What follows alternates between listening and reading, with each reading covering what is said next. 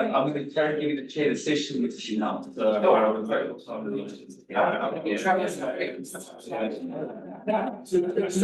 I'll go. Sorry.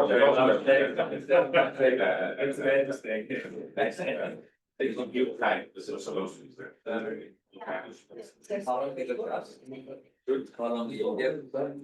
Well, we're actually.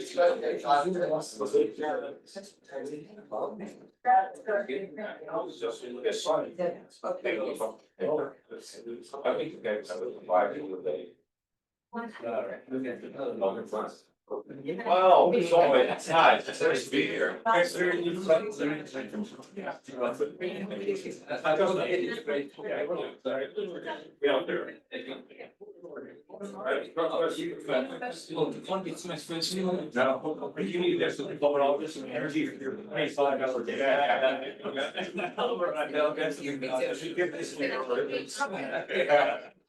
You go to work here, you get this.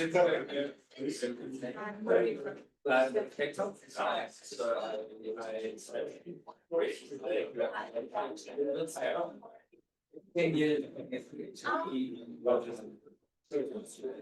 that's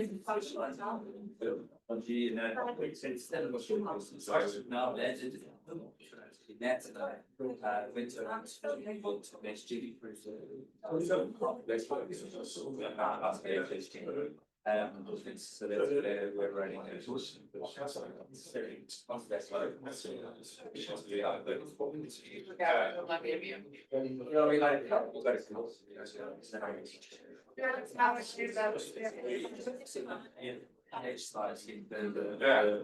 patients know I was really interested in discussing about email. Well, there's no matter.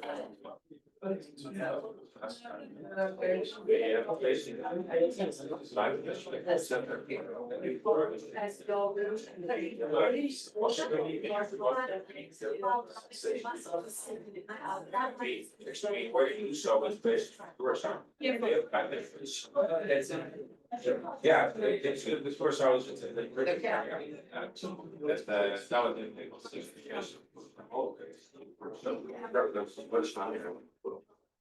I found her.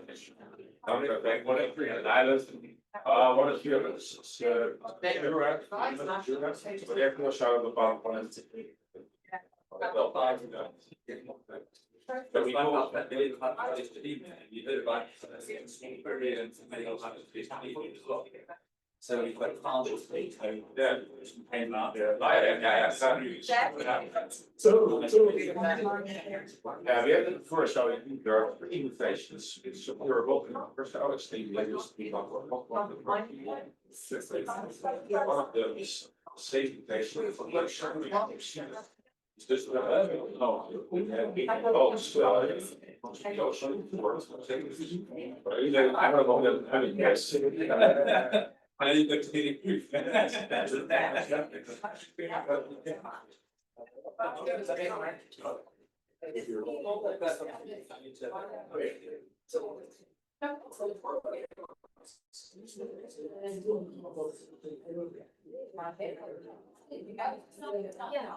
Yes, this is my best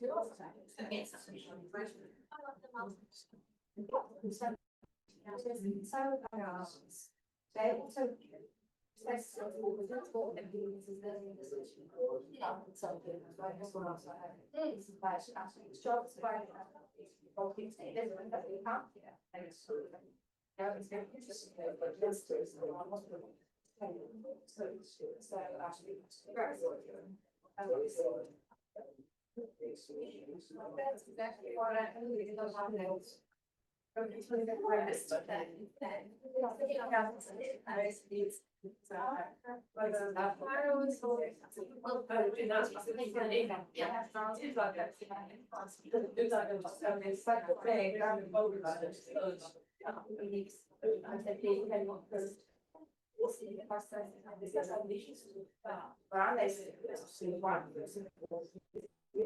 So, especially on the club, you have like shit, like they like yeah. Yeah, it's now. I thought this was resident there, I was like, it's right, yeah. Okay, and so, that's the question. Maybe,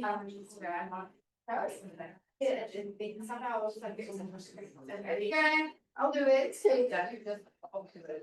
I was like, basically, that's you know.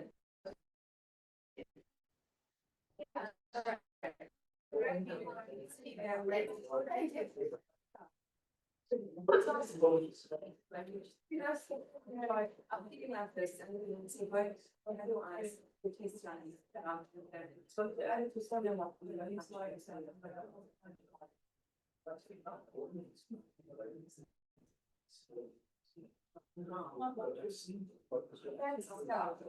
anyway, again, I'll read what you want to hear, French. So what's it?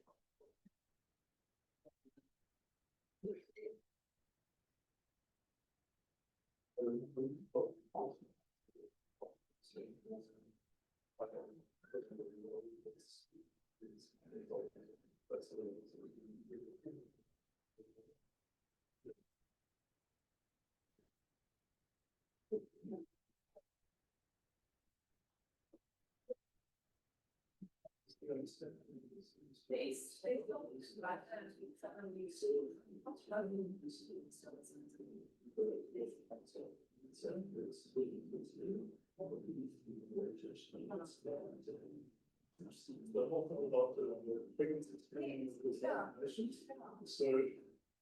it's probably it's just if you realize now that it's a contract things like that, but we're not.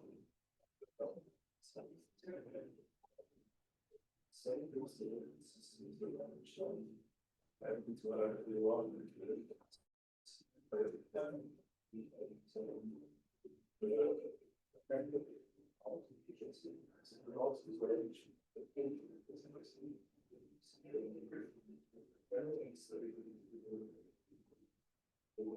the problem with it is you go to any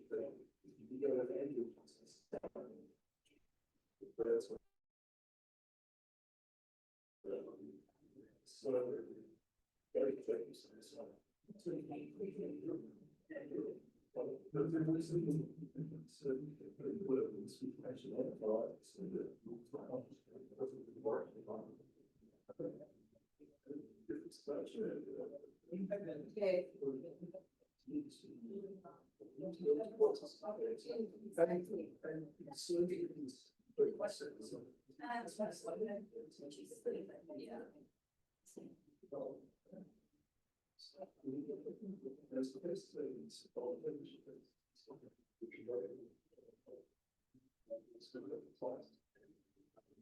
And I was thought along the lines and this is all the different experiences.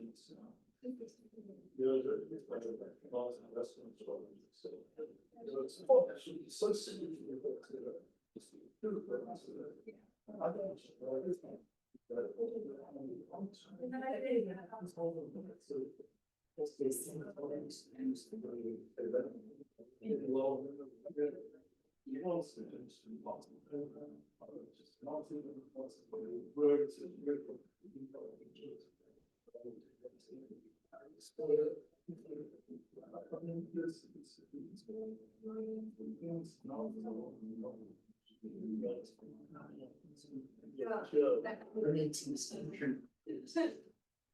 Saying that's the question as to why the question because it's in environment. Yeah.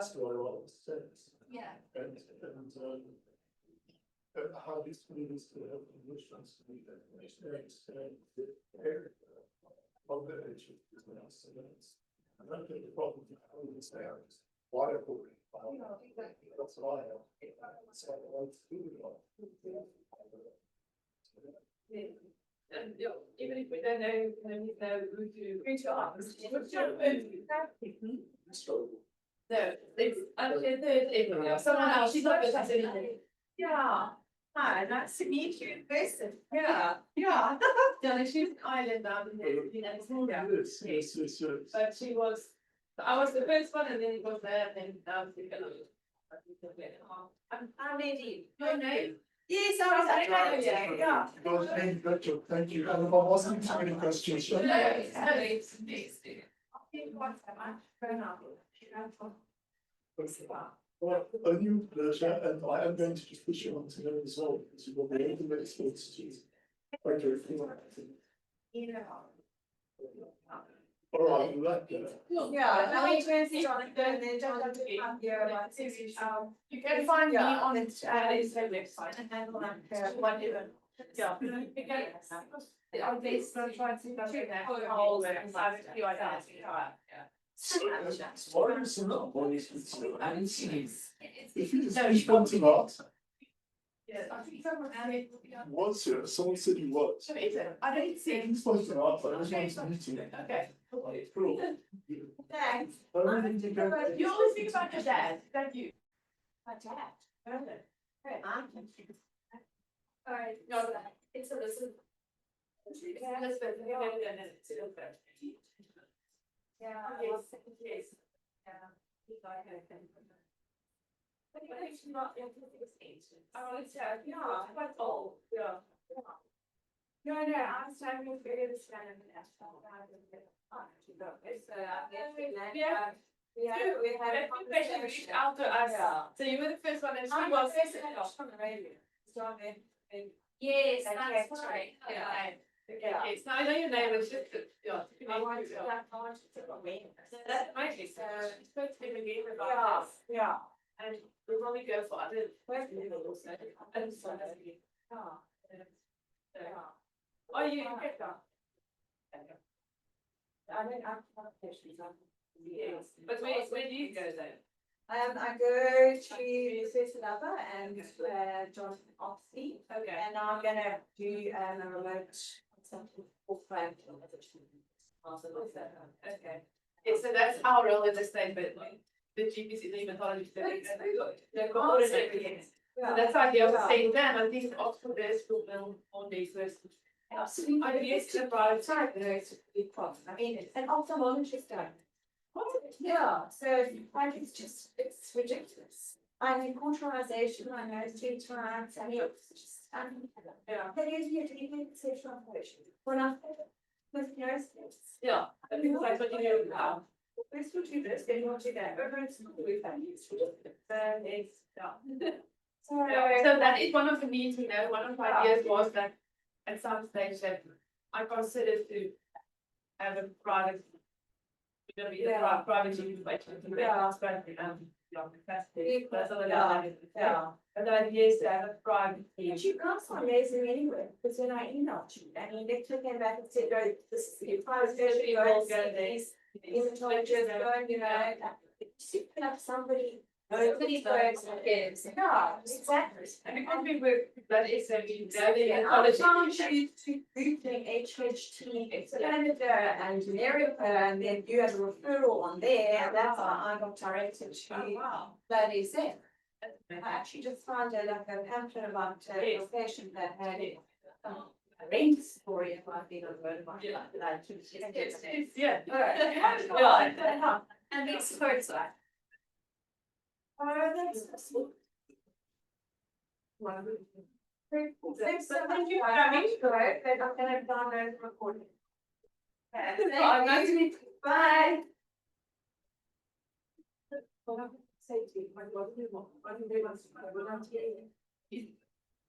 On this slide with the guidance. If this slide's transferred.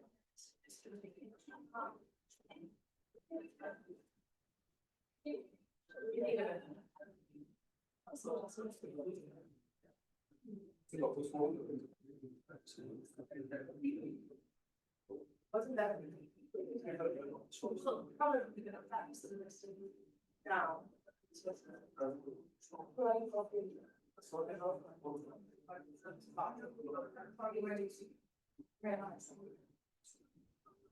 Whatever.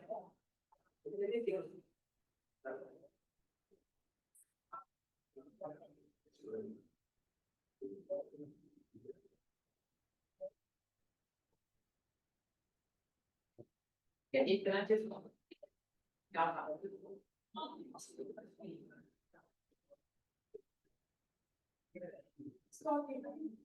So like, another observation, which is discussion points, which people are, seem like enjoy, that's how you do. Yeah. One, some evidence specific guideline. Yeah. But you know, we can just hold on, so is that something we can really got there to see? You know, we can email and we say, listen, this is what we think, this is what you think, put us in on it, and we will accept what we want as problems. Yeah, no, That's true. Yeah. Taking up this state go out and do after school, but that is our discussion. Is that the purpose of now, which it was initially, but I just realized we need to figure out. This is actually just for awareness and as a start. Yeah. And from here, people now know it's that reach out and to do. Yeah. So I think I'm also my own question.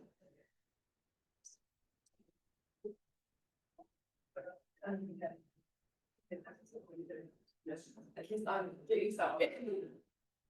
But maybe we should.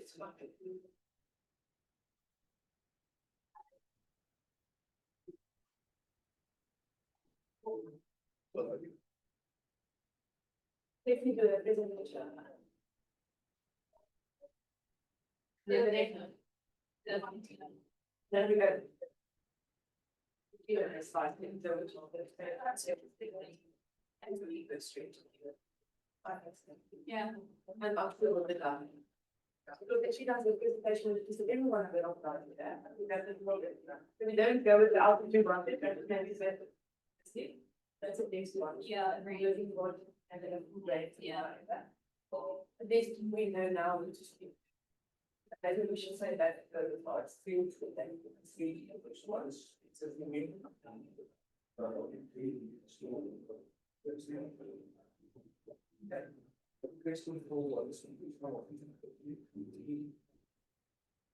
So what am I going to do?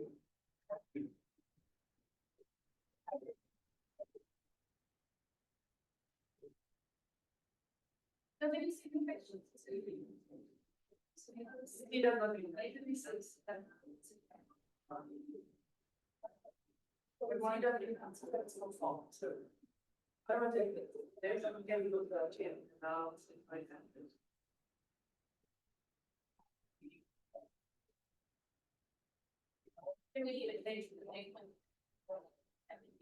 You don't also.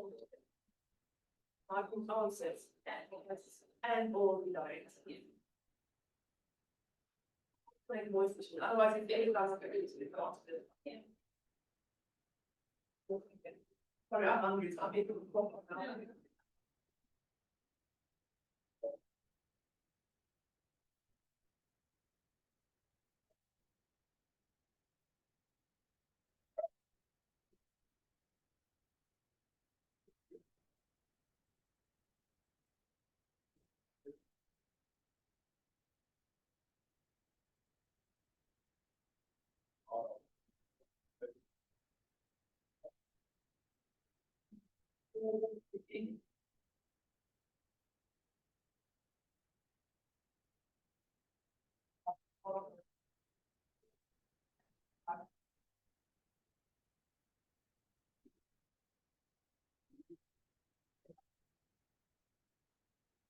I was saying it. I saw the write down. Well, there's no problem. On the first line, it's that's what we're 11. But it took 5 minutes. And then on the 5 minutes, you see the light. That's not the point. Now it's 14 minutes. We need to wait 5 minutes. Yeah.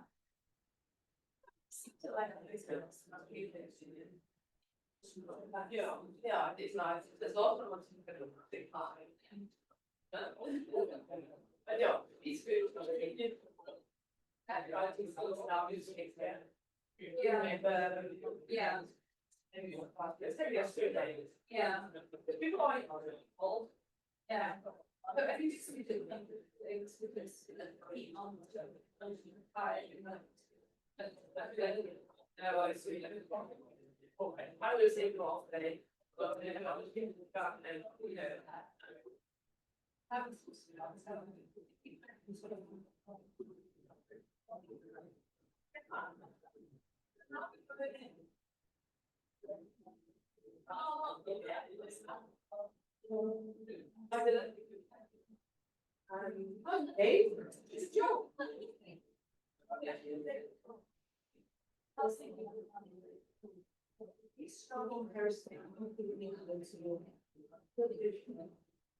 Yeah. You know, we do that. All right. It's gonna be okay.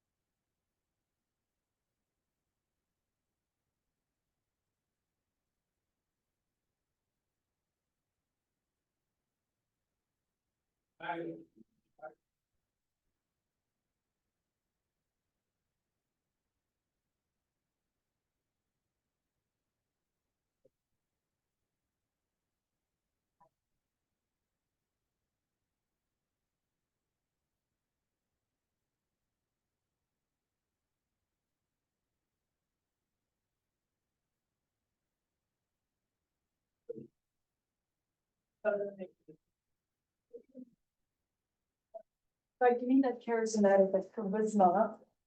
So maybe carry the show. Yeah. I think you got that.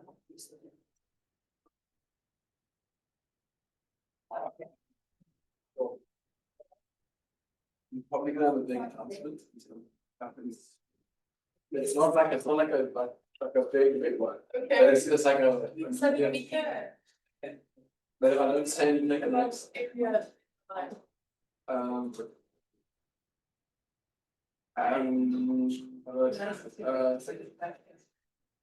Well. Yeah. Nothing. Sure. Yeah.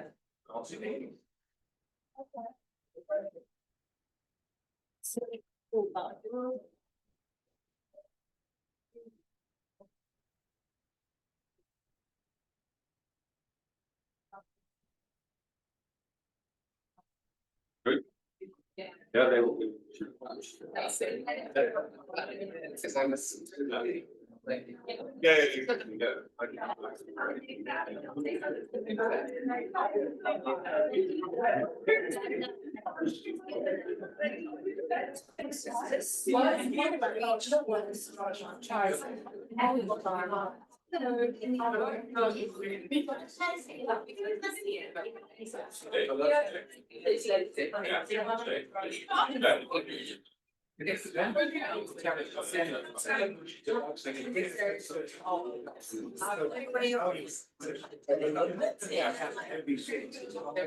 Now, first I have.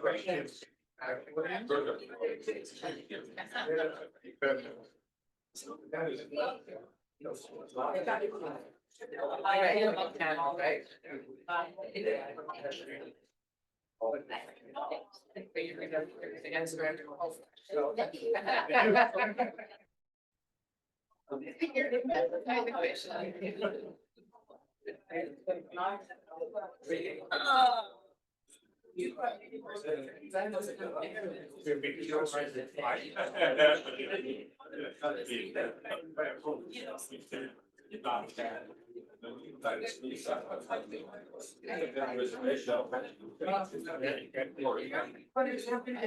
like a right. Well, I was thinking, don't you feel that? I said, I think I can tell by the discussion because you see like.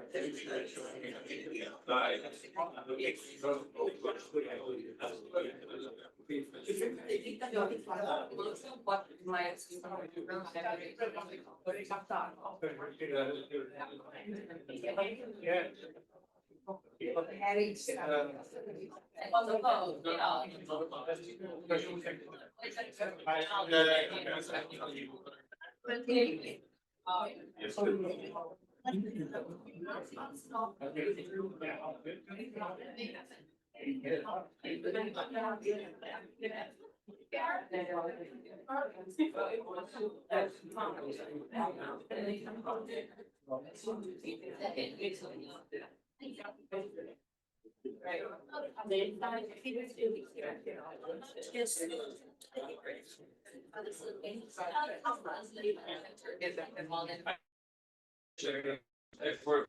For sure.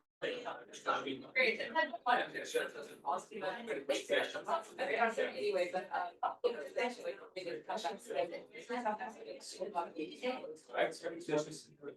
presentation, and I would.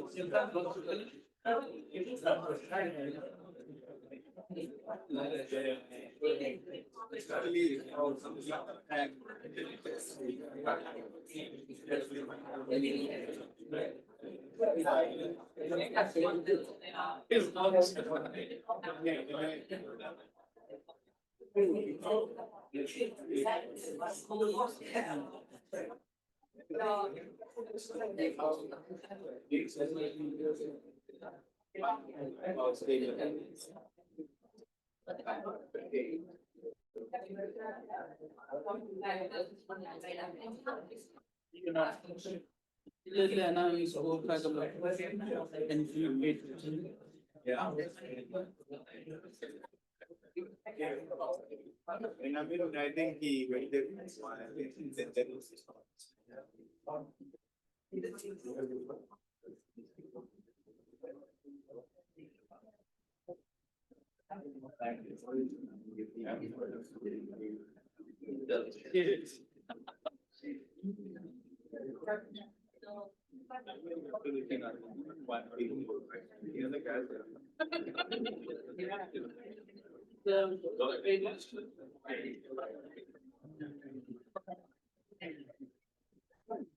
But I'm one person that's not. No, what? Just like you know,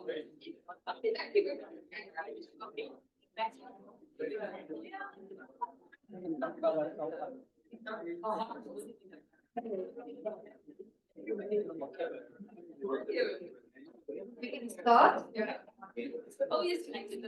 There is a H, and a H, and a T. Under some people's seats will win a very small prize. So let's see who won. I don't know where they are. It's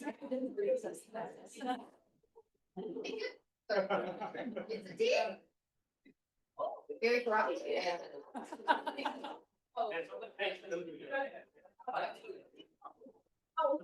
And then the other one. And I'm gonna check your next to.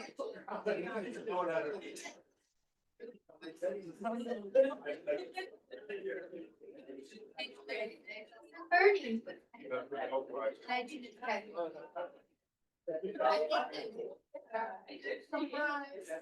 There's another one.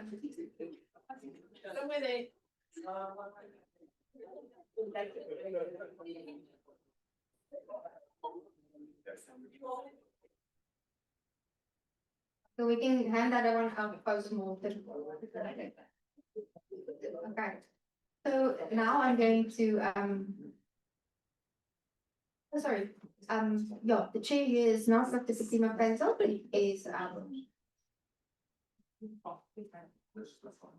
he's gonna introduce himself. Ophthalmologist from Tigerberg. Okay. And he's going to introduce Dr. Hans-Jan Vermagen to speak on PAVM screening. Thank you, everybody. Well done for those who won the prize. You obviously sat in the right seat, so it's very good. For those that don't know me, I'm Brian Allwood. I am a pulmonologist at Tigerberg Stellenbosch at the moment, and I have been stunt doubling for Fatima, who asked me and roped me into to chair the session, being a pulmonologist.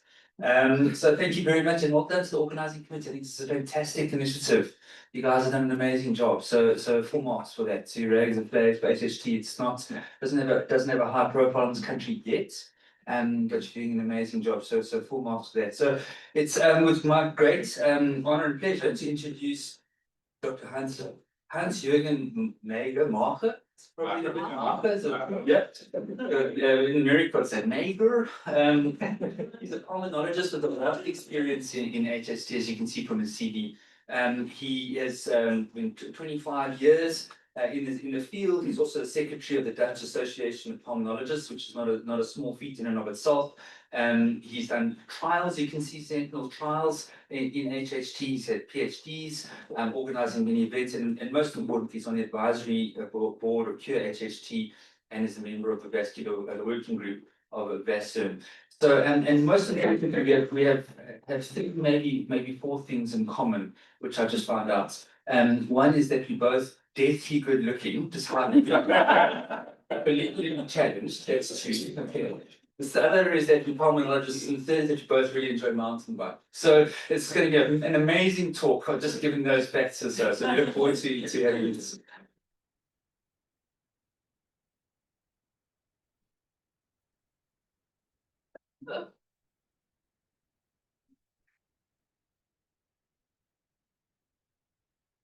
Well, thank you very much for this really special introduction, and of course, it's a pleasure to be here. And I'm also glad that I found some colleagues willing to join me on this trip, for which I'm very grateful for colleagues who joined me. I wonder, who of you talks Afrikaans? Well, not all of you, because otherwise, if all of you would talk Afrikaans, I would try to keep my presentation in Dutch, and so speak slowly, because when I speak slowly, Dutch very slowly, I'm sure everyone who speaks Afrikaans will understand me, but not everyone speaks Afrikaans, so not everyone speaks Dutch, so I will do my presentation in English. So today I will talk about pulmonary AVMs, diagnosis and treatment. No disclosures on this talk. And during this talk, I will give, of course, an introduction, screening, talk about screening, talk about treatment, and how we follow up. So pulmonary AVMs, I would say that 80 to 90% of pulmonary AVMs is associated with HHT, and pulmonary AVMs are actually direct connections between pulmonary arteries and pulmonary veins. Symptoms of the PAVMs are related to the right collections. In case of large PAVMs, people will be dyspnoic, then have cyanosis, baby fatigue, and have polyploidia. Then you can see also clubbing, and what's just nice to know is that migraine, especially migraine with aura, as I will show later, is also associated with PAVMs. It's important to bear in mind that most PAVMs are quite small and are mostly asymptomatic, and you only find them or you only recognize them when there are complications.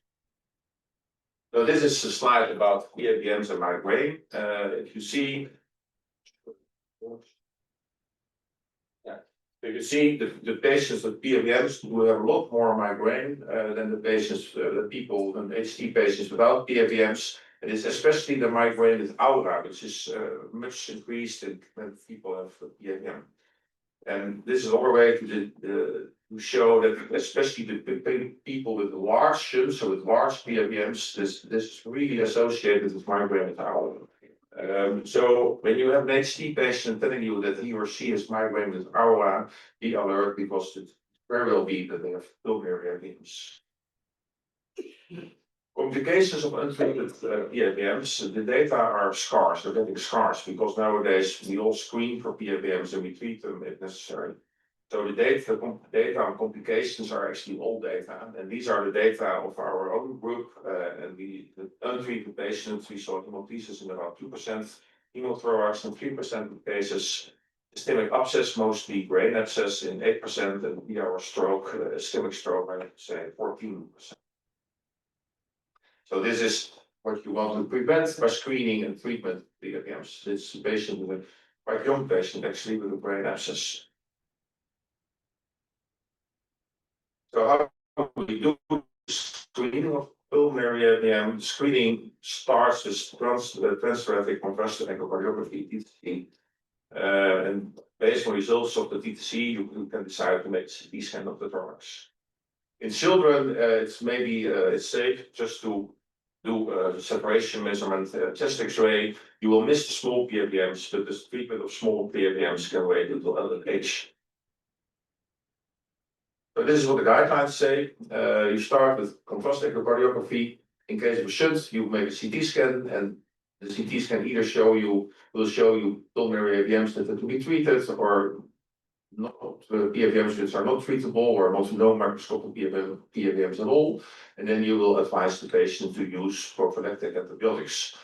Because when they have a shunt, the bacteria which are normally trapped in the pulmonary capillaries may pass through the shunt, may pass through the PAVM, come into the left ventricle. 20% of the blood which your heart pumps out goes to the brain. So the most feared complication, as I already showed, of untreated pulmonary AVM is a brain abscess. If there's no shunt, then there's no PAVM and you're ready, at least for the next few years. Question is, however, is some fine-tuning possible? And the answer is yes, fine-tuning is possible. Because the contrast echocardiography, the results are not only yes, there's a shunt, or no, there's no shunt. The quantification of the shunt is possible. And how do we do this quantification? There are different methods. The first method is a method described by Barzilai et al., and which is based on the relative opacification of the left ventricles with the microbubbles. The scale will range from 1 to 4. The other method is based on the number of microbubbles counted in the left ventricle in one still frame with the most bubbles. The scale will range from 1 to 3. Grade 1 is up to 29 microbubbles, grade 2 is 3200 microbubbles, and grade 3 is more than 100 microbubbles. This method has a high inter-observer agreement with a kappa coefficient of about 0.9, which is really high. And the technique actually is quite simple. If you start doing it, you will have a steep learning curve, and within, let's say, 10-20 procedures, you really know how to do this. It's really easy. The other one, but it's only described recently, is based on the grayscaling echo density of the echocardiography, where you compare the gray scaling of the left ventricle to the gray scaling of the right ventricle. So this is how it looks like. I can see.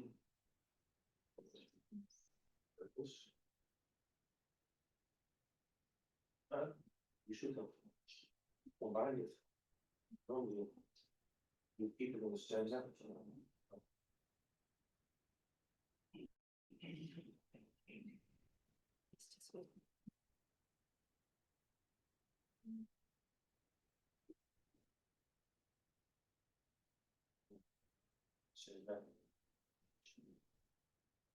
So this is great watches. You see a kind of snowstorm in the right ventricle. And then you will see only few bubbles appearing in the left ventricle. And can we just.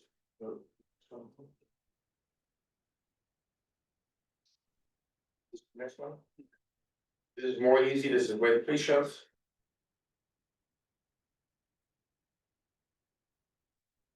Again, you will see snowstorm the right ventricle, and then here you see the whole snowstorm in the left ventricle. This is obviously where pre-shot belongs already.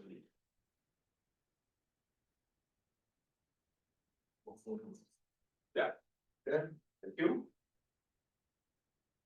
So it's important, like I already said, when patients have a right to elections, especially grade 2 or 3 shunts, as I will show later, it's important that they will use antibiotics prophylactically before non-sterile surgical procedure to prevent sterile abscess. So this is again in one slide. This one patient doesn't have a shunt. This is a grade 1 shunt, a grade 2 shunt, and a grade 3 shunt. That's obvious here, I think. The question, however, is does every bubble matter? Well, I think I already told you, no, it doesn't. So this is a study we did more than 10 years ago, but it shows that when patients have a shunt, the patients with a grade 1 shunt, it's rare, only a few patients will have a macroscopic pulmonary AVM on the CT scan. In case of grade 2 shunts, more patients will have a macroscopic AVM on the CT scan, and grade 3 shunts, they almost all, but not all, but almost all patients will have macroscopic PAVMs on the CT scan. The question, however, is are these PAVMs large enough to treat? The answer is no. If you patients have a grade 1 shunt, you will not find PAVMs on the CT scan which need to be treated. In grade 2, it will be about 25% will need treatment, and in grade 3, most patients will have pulmonary AVMs need treatment. So grade 1, you will never find a treatable pulmonary AVM on CT. This is another interesting study in more than 1,000 patients. It's a cross-sectional study, I have to say. In the cross-sectional study, we saw that patients with a grade 1 shunt, they do not have an enlarged incidence or prevalence of brain abscess and stroke. Grade 2, the risk is a little bit enlarged, and grade 3 shunt, they have a real enlarged risk of brain abscess and stroke. This is how most of you will know these slides. This is how pulmonary AVMs look on CT. This is of course a quite large pulmonary AVM. This is a tiny one in the little line here. Oh. And here is also a tiny pulmonary AVM. Here is also a tiny AVM.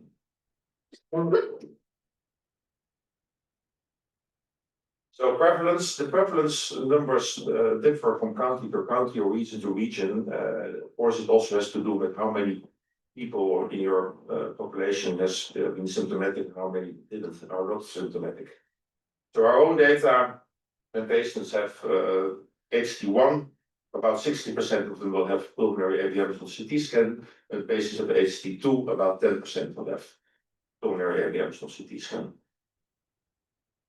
There are different types of pulmonary AVMs. This is the simple PAVM, also most simple to treat. You have one feeder and one draining beam. Complex pulmonary AVMs have different feeders from different segments of the lung. Diffuse pulmonary AVMs, there are many pulmonary AVMs. You possibly cannot treat them all, and they are small and diffuse, like the word saying. And then, diffuse pulmonary AVMs. So can I ask you, does anyone recognize this guy? That's enough. Sorry? There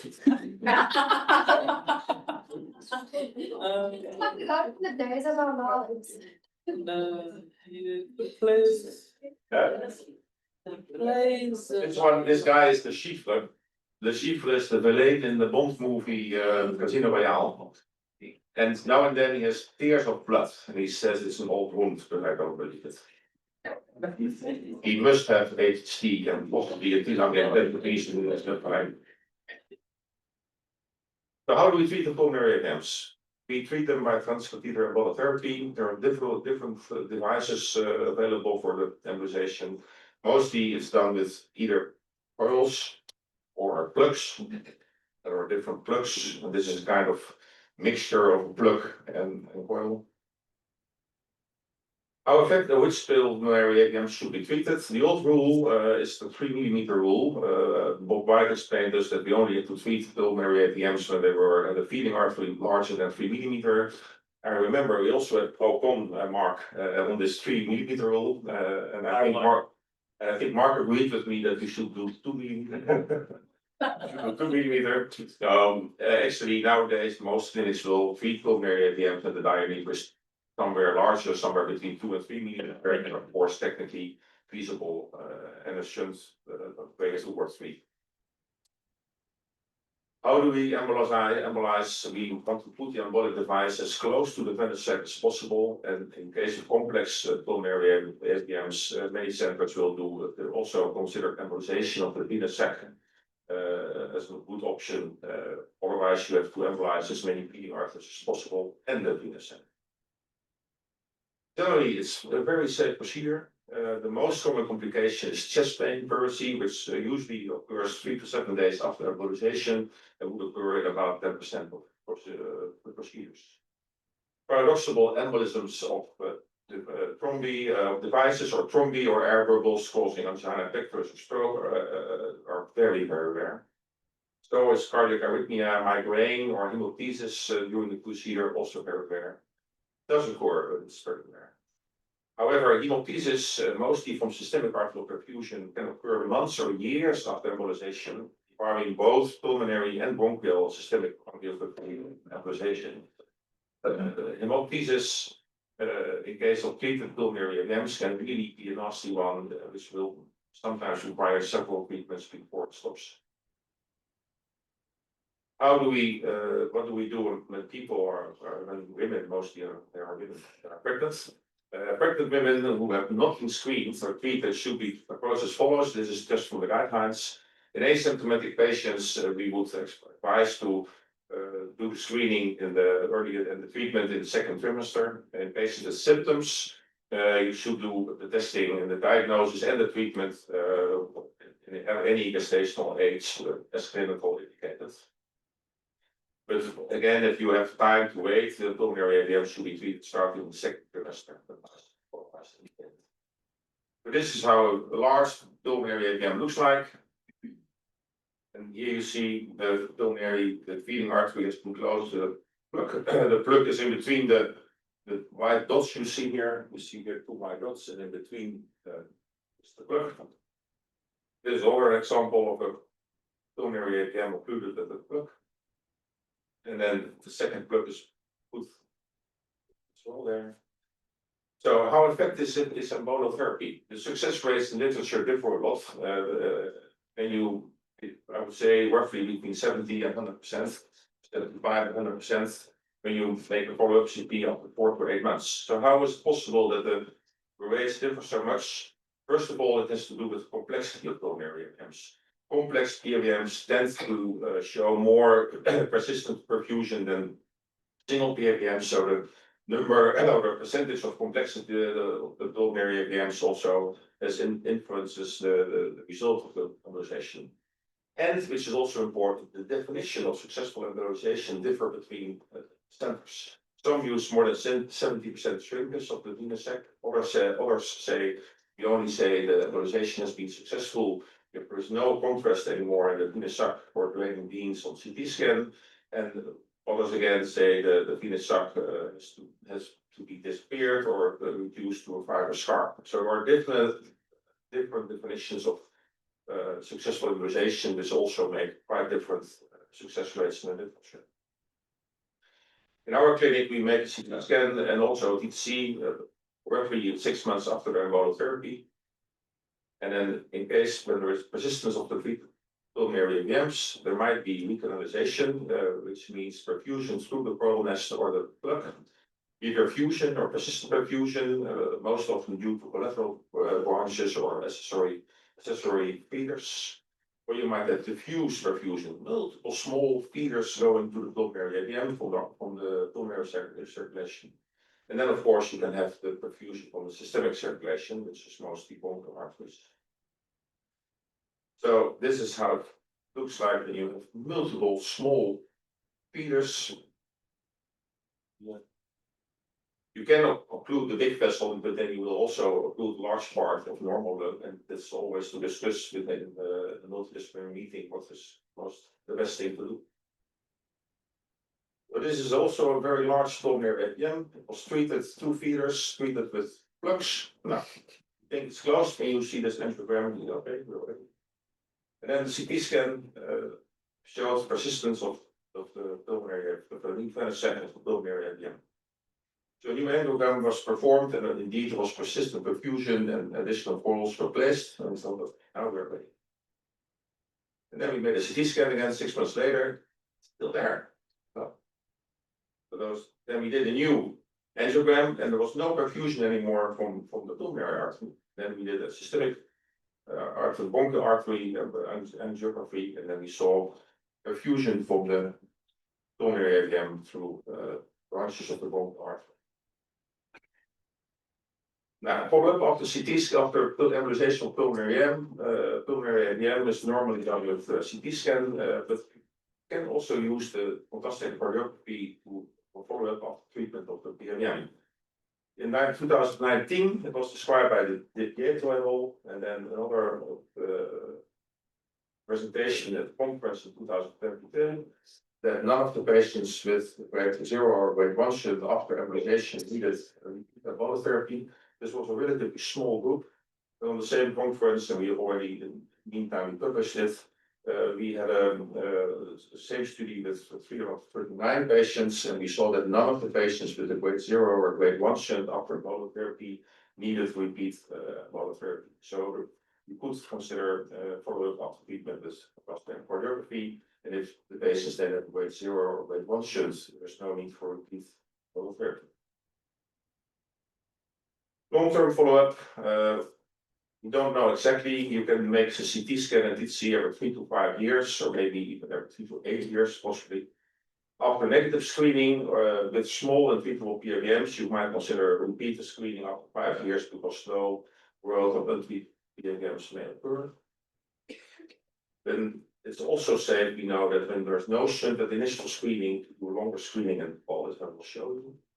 This is a difficult slide. I will not go completely through the slide, but this slide will show you the right side that when you have no shunt at initial screening, that after 10 years, there are some patients who had a grade 1 shunt, but you know with grade 1 shunt, you will still not find any truthful PMM or CT scan, but only 1 patient with a grade 2 shunt. So all the patients, none of the patients without the shunt on baseline had a treatable PMM 10 years later. So you might consider rescreening when patients don't have a shunt post-COVID 10 years. Then some take-home messages. Screening for pulmonary AVM really starts with contrasting cardiography. When there is no shunt, you can consider rescreening after 10 years instead of 5 years. Grade 1 is not associated with cerebral complications, and you will not find treatable pulmonary AVM on CT scan. You should perform a CT scan in case of a right collapse of grade 2 and grade 3, with or without contrast. I think for the initial screening, certainly a CT without contrast, no need for maybe CT with contrast. All PRBMs with repeating artery larger than 2 millimeters should be treated, but technically feasible. Untreated pulmonary AVMs during pregnancy should be treated in the 2nd trimester. Follow-up after monotherapy, normally what we do is repeat contrasting cardiography and or CT scan after 6 months. If you have an initial, and if you have afterwards, you can do it every 3 to 5 years. And for follow-up after monotherapy, you might also use the contrasting cardiography. Any questions?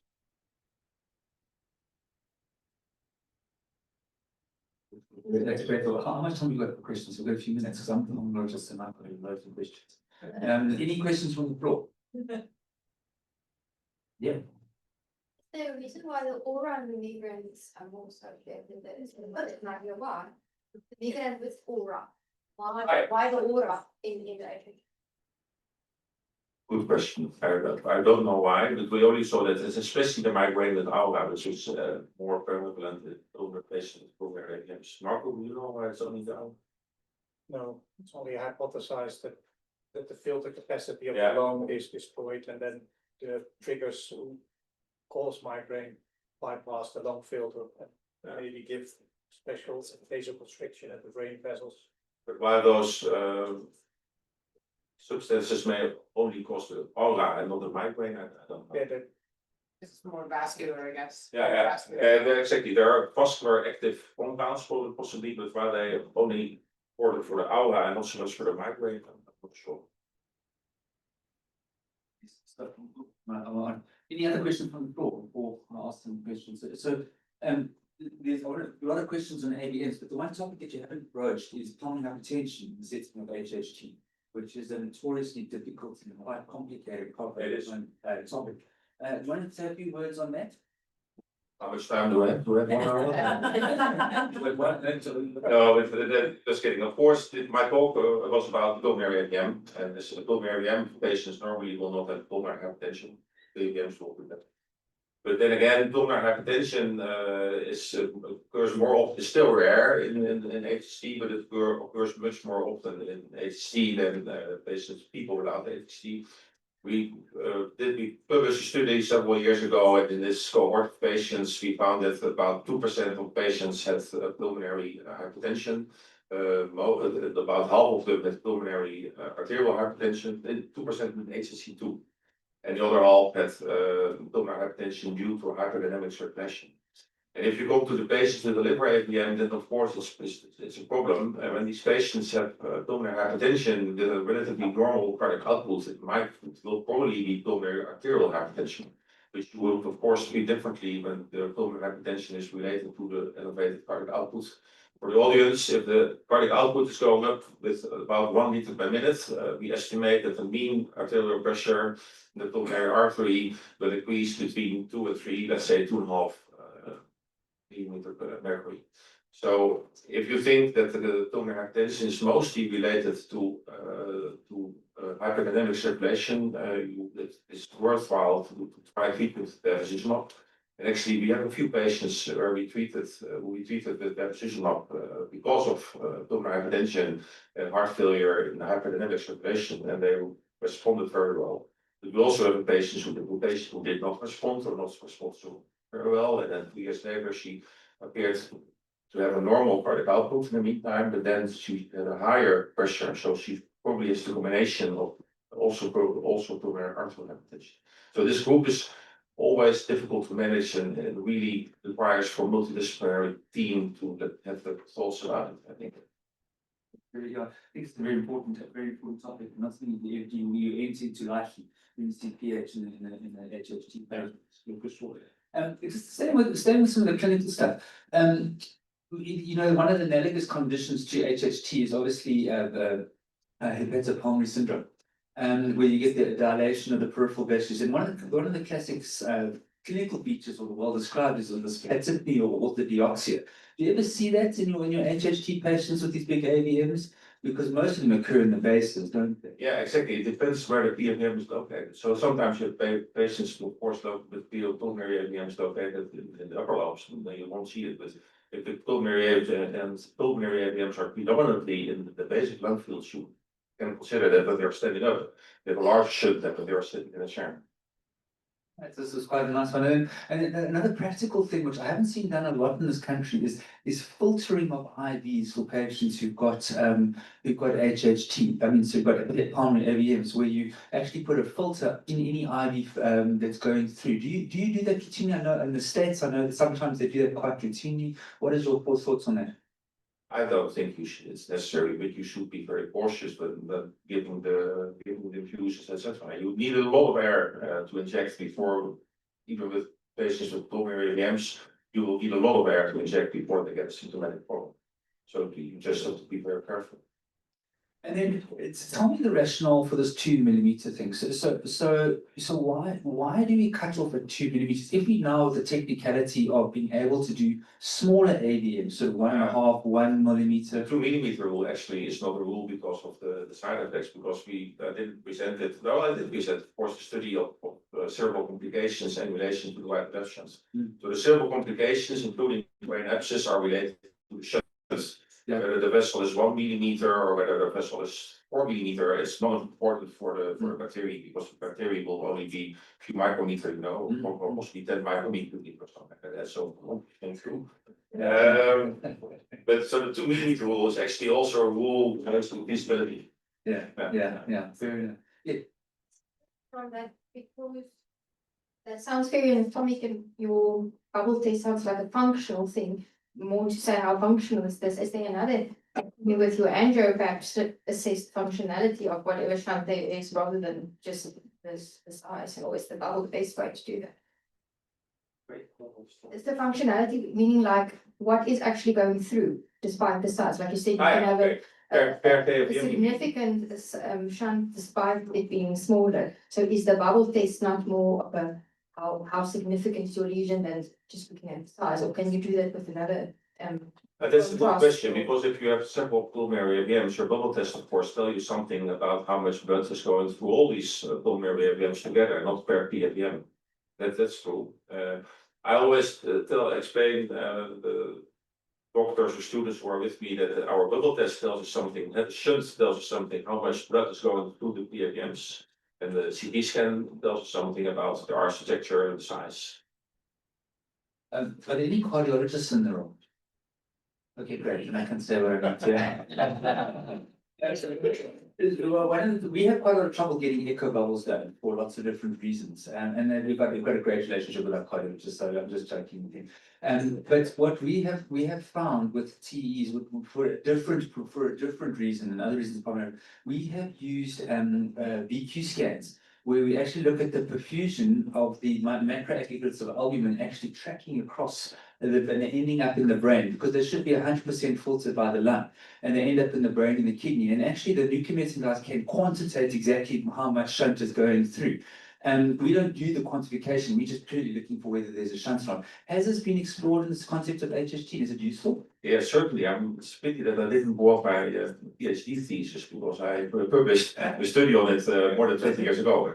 There you go. No, but in the old times, we indeed in our hospital as well, we used this method of shunt measurement. We didn't look at the brain, but we look at the kidneys, but it's relatively the same.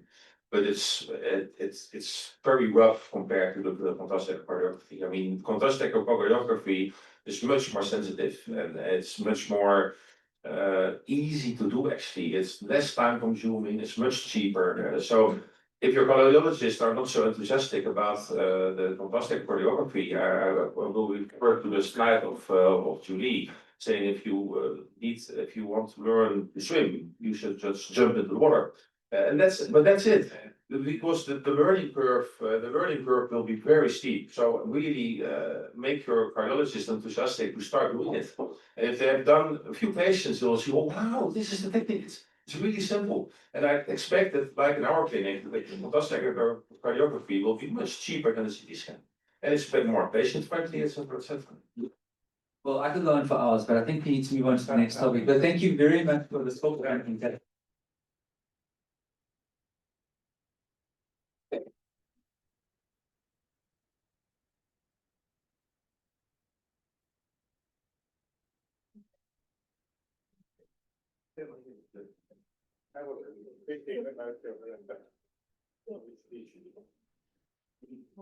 Okay, we are now moving to the next part of the program.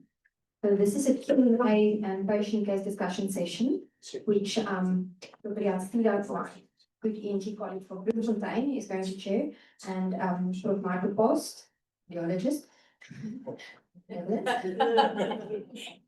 We'll take the we'll try and answer the questions and involve his team as needed. Thanks. Was I introduced Prof. Panel cover, please. Yeah.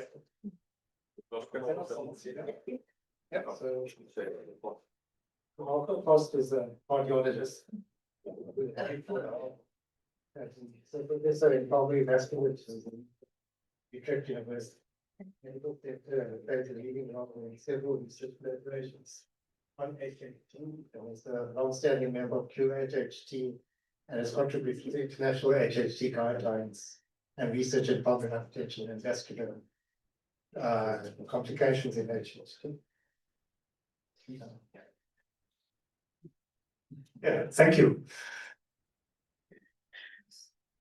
for the opportunity to be here in South Africa. And I did a question, do you do the questions? Yeah, so we have had a few questions from the audience already in advance. And I think it's the best way to answer these questions is like an MDT meeting with pulmonologists, cardiologists, and ENT physicians. So we try to answer the questions together. So our first question for the doctors is the incidence and management of portal hypertension. Yeah, that's a very difficult question. Because we don't measure it in all patients or search for it in all patients. But if you look to the incidence Mark told about symptomatic liver disease in patients with HHT, it's less than 10% or about 10%, and just a fraction of the 10% might have portal hypertension. So maybe if I guess just 2% of the patients with HHT might have portal hypertension. I look to my colleagues. Maximum, they agree. Okay, thanks. So the next question is something we've touched on already. I think your question was something about the therapy? Or was it Yes, just- as therapy for blood patient. Treatment. Yeah, so I think just, basic principles of portal hypertension with the caveat of then thinking about what caused it. In this case, it's abnormal communications in the liver. And it's always interesting to look at all the different communications you can have in the liver between all the different types of vessels. You've got the portal system, the systemic system, and the arterial and venous drainages. And so while we talk a lot about the use of bevacizumab, potentially other angiogenesis drugs for the liver and AVMs, most of that focus has been on high cardiac output states.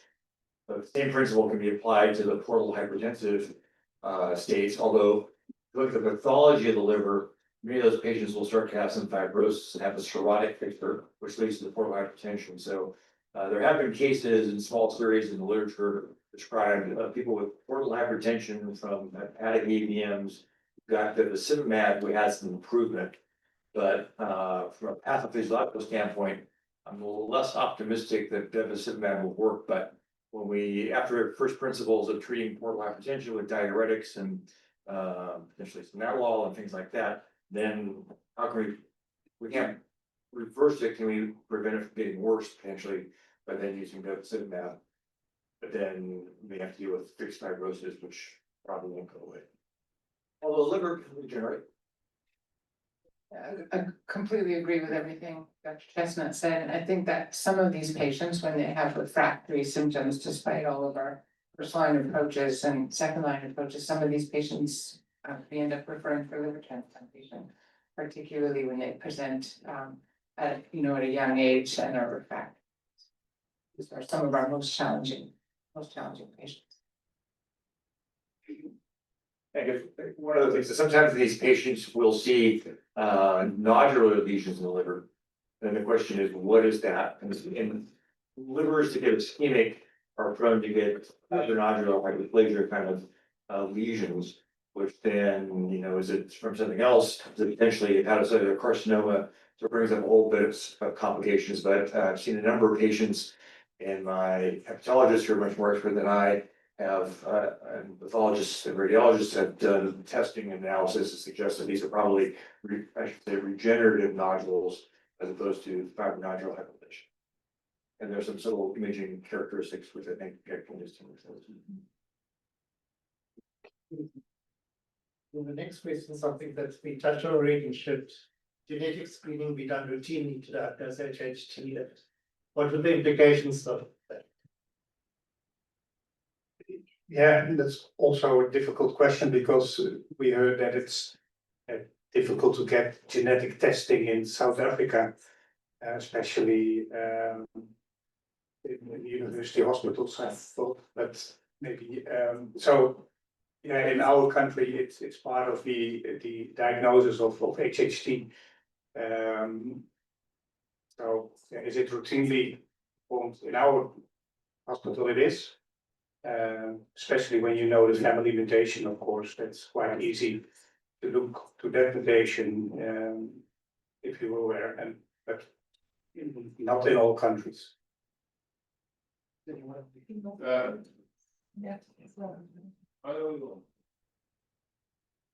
No, I agree. The only thing is that if patients already have a certain diagnosis based on Kurzheimer bacteria, like DNA testing will not add a lot. But it's especially the patients where you are in doubt whether they have HT, yes or no, before they enter a complete screening program with all the costs, etc. It might be quite often it's a better idea to perform DNA testing, but of course it's not really available. So not sure how it is available in South Africa. I agree with you. It's not like in Germany, we recommend it, but it's not for the treatment today. It's not necessary or it won't change the treatment plan. But in Germany, we have private with the insurance.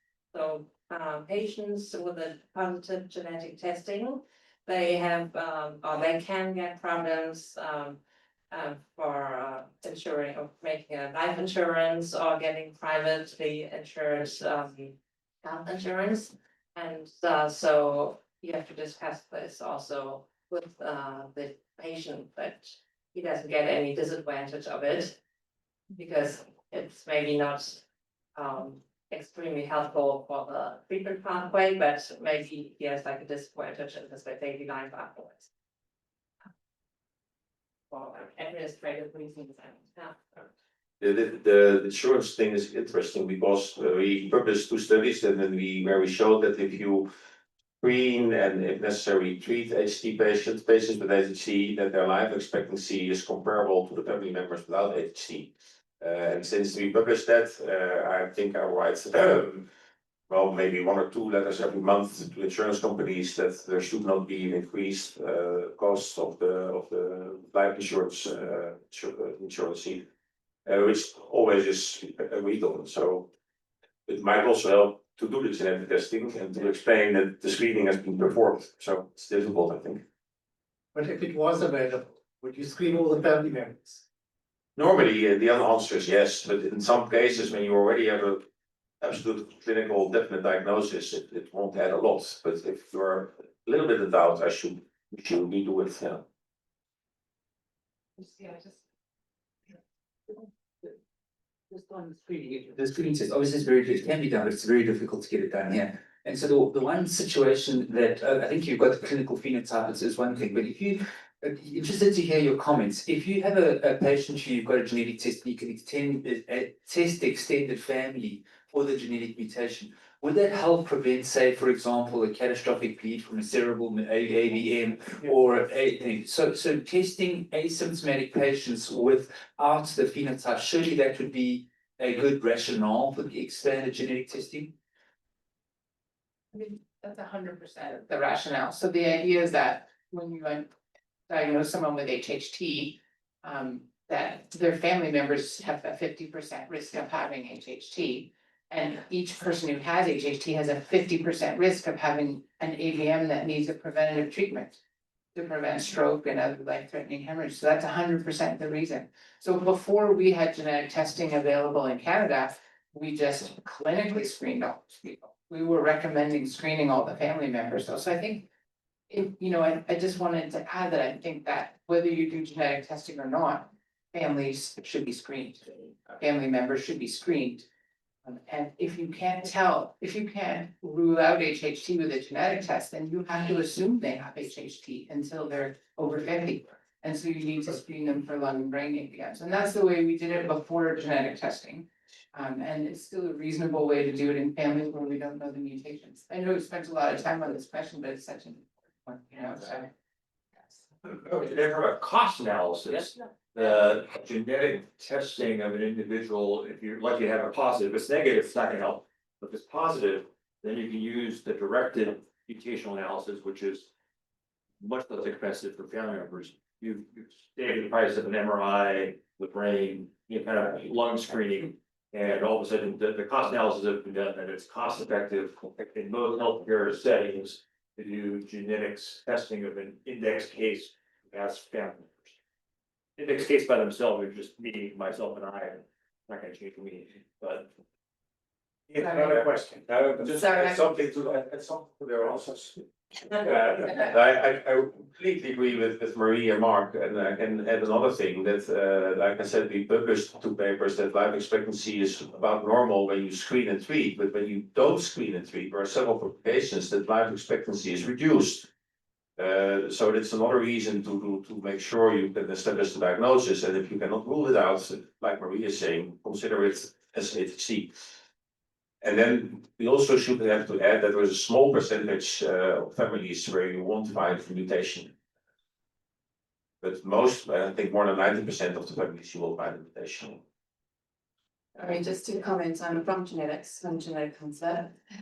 So I just thought I would comment on this one. So in private practice, it's a no-brainer. I mean, 7,000 rand test basically to get a diagnosis.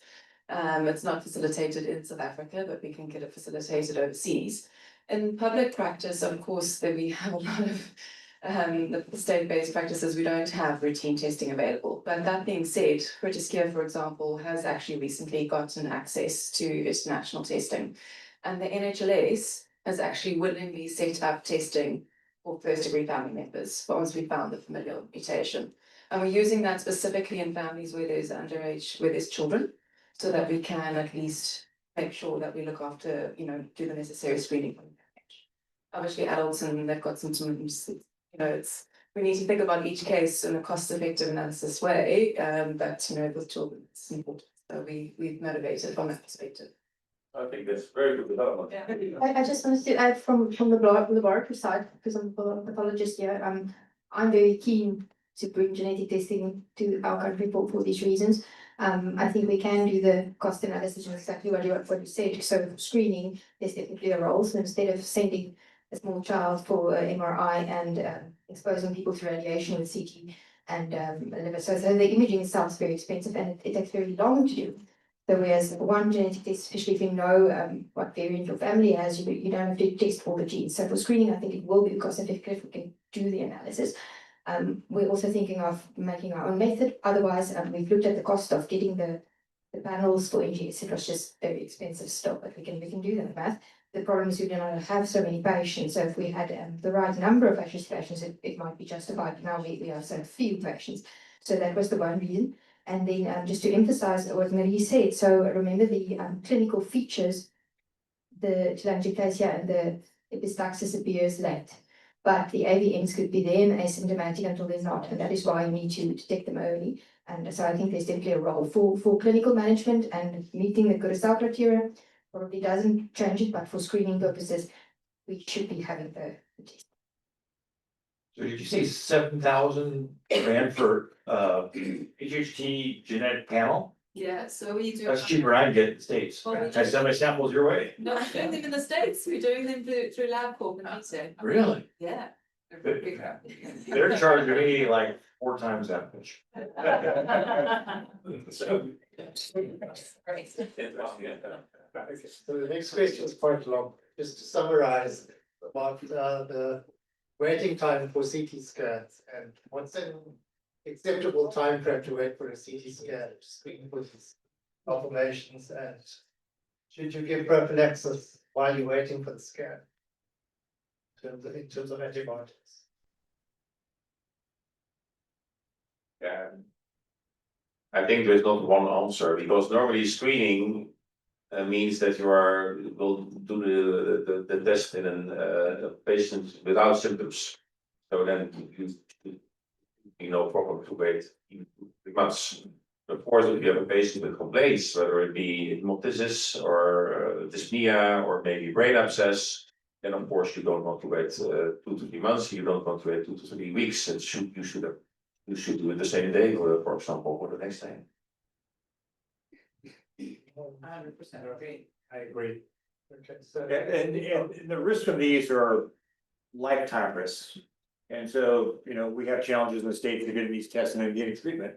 And it's not uncommon that our interventional radiologists are so backed up with pulmonary VM cases and others that it takes them a couple months to get a patient in. So, not on wood, there's any wood in here. We have not had a patient get a complication of a stroke or a brain abscess between the time we've identified them, that they potentially have HHT and the time we eventually treated them.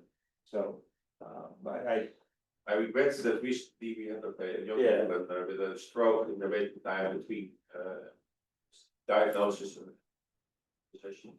I always lay awake at night anymore because I can't, but, no, it worries me about the delays. But we're all dealing with probabilities every day in our lives, whether it's in medicine or not, but from a probability analysis, the risk is low and the time intervals we're talking about as much as we would like to get everything done. And then in terms of antibiotic prophylaxis, I'm waiting. Yes. Give it. Well, I tell them to avoid getting their teeth cleaned. Now, we could have a discussion about whether poor dental hygiene, avoiding dental cleaning and gingivitis is a risk factor. And some of you guys may have data, but my kind of observation over the years is, it's patients the highest risk for a brain abscess from a pulmonary VM are those that also have reduced oxygen saturations. It takes a low oxygen tension environment in the brain plus bacteria to give you a fighting chance to get a brain abscess. They may still grow with a normal oxygen tension, but the risk is significantly lower.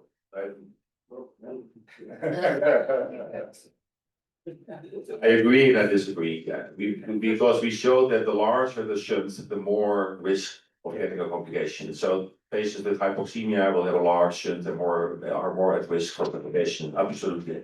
But also patients with a normal saturation can get a brain abscess. I have several of them. But I agree, the larger the shunt, the more risk, but even if you have a normal saturation, you are still at risk for getting a brain abscess or other complications. I agree, so I do recommend that patients get antibiotic prophylaxis for dental work until they have been screened negative for lung AVMs. So do I. Then what are the contraindications for embolectomy in pulmonary AVMs? Envelope therapy. Embolotherapy, sorry, embolotherapy. There aren't many.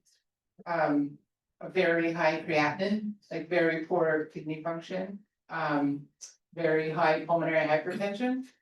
And that's it, I think. Otherwise, the ones are relative, contrast allergy, prepare them. I agree, and I could add, but normally it's not a problem. In patients with liver AVMs and hyperdynamic circulation, we are always worried. And then our radiologist performs a test occlusion with a balloon. And we see what happens, and then most cases, nothing happens, so we can watch. That's really, and there's no, another question that often comes up is age, and that there's no age limit, in my opinion, we've got patients in their 90s embolized for pulmonary AVMs. Correct. Because because they don't wanna have stroke. So someone in their 90s doesn't wanna have stroke. I agree with you. Yeah, so no age limit. Any interventional radiologist here? No, so I think despite advances in imaging, interventional radiologists like to do a local pulmonary angiography of the entire lung, which is a big contrast time. But we are more and more going, we've got a good CT scan. We know where we're going. Yeah. And so we can, if you really want to pull off on contrast and radiation and everything, you can get to lesions and fix them with a small amount of contrast and less time and less risk and less cost. But it's hard to gain people away. Should all patients with pulmonary AVM suddenly have a right heart catheterization? No. No. That's it. With pulmonary hypertension. that should then evaluate catheterization. I think that is important. What, do you mean right heart catheterization for pressure measurement and hemodynamics, or for right heart catheterization to get the lung? I think that's the part about pulmonary angiography, right? But when we talk about right heart catheterization, we often mean for pressure measurement, right? And I think patients with pulmonary hypertension are the ones that should have a right heart catheterization, which is a rare. Is anybody here with a patient with pulmonary hypertension with a pulmonary VM not embolize their pulmonary VM because they were concerned about their pulmonary hypertension? Only if it was severe, and even then we would probably do a test. Have you ever not embolized? But again, we call only a few patients in 20 years, but also those patients we did do the test. Same, yeah. Then this question is also quite long, but just to summarize, it's about that you don't really have contrast echocardiography available, so they found that doing a contrast CT of the chest is more efficient and it avoids delay and the extra cost of booking a iris CT and then confirming avian malformations and later scheduling. I've seen this question, and like I said in my talk, I really want to emphasize that the screening should start with contrast echocardiography. And if your cardiologist in your hospital is not so enthusiastic, you can make him or her enthusiastic by just starting to do it. Because you will see if he or she has their laboratory assistants to start to do it, it's really quite simple. And it's a very effective and cheap technique just for screening. And if you have to perform a CT scan in case of grade 2 or grade 3 shunts, for the screening, you can start with a CT scan without contrast. If for some reason you can still not make the contrast echocardiography, then yeah, you should, second best is to start with a CT scan, but make it a CT without contrast. Secondly, if you perform your echocardiography, you get some information for free, so you see if there's a high output cardiac problem, and also you can screen for pulmonary hypertension. It's rare, but it occurs in patients with HHT, and that's just, I think, 5-10 minutes extra next to the contrast echocardiogram. So you get all the information, hemodynamic information you will in these patients. All right, our pulmonologist left, so a couple of things is, at my institution, many institutions I want to get a bubble echo on, they will only do a bubble echo if they can do a full cardiac echo. And that bumps up cost. There are institutions in the United States which will just do a bubble study and nothing else. You'll lose out the information about potentially cardiac output and pulmonary pressures, but it's a way to answer one question with less time and less cost. There are a number of us who, as medicine has advanced, are now doing point of care, not only ultrasound, but echocardiography, and have developed some pretty good skills, not on the level of a cardiologist or a echocardiographer, but I'm just thinking here, that I could probably do my own bubble echoes with my limited cardiac imaging skills in an IV, and probably over a period of time with someone willing to teach me, could probably, as I was gonna tell our pulmonary colleague here, he could probably learn how to do it himself. But still, I'd love to have a trained echocardiographer, tech and cardiologist do that, but just thinking about how to get things done in 2025 and beyond with the technology we have, the training people are developing, and it's, if those dinosaurs in the room don't like change, it's hard, but, we gotta sometimes think some of the best things in life have happened, think outside the box. And today, we were lucky to go to see where the first heart transplant was done in a human. And just harken back to those pioneers in that field who did some pretty amazing stuff at the time, which now we take for granted, but it's I'm an HHT, sometimes think outside the box, do some things, might work out well, may not.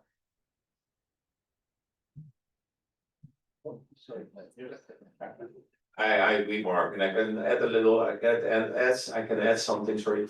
You only need in your team one cardiologist to make him or her enthusiastic. For example, in our hospital, more than 20 years ago, the cardiologists in the St. Antonius Hospital were not that enthusiastic about it, fantastic cardiography. But then Marco Bos came and he was very enthusiastic about it about 20 years ago, and from there it started. So you only need to start with one cardiologist who you can make enthusiastic about doing fantastic cardiography.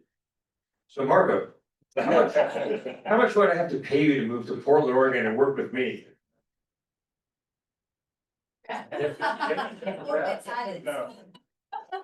You know, I think it brings up the point, though, that I think we'll talk a little bit about with creating a center team too, is that the relationships that we like.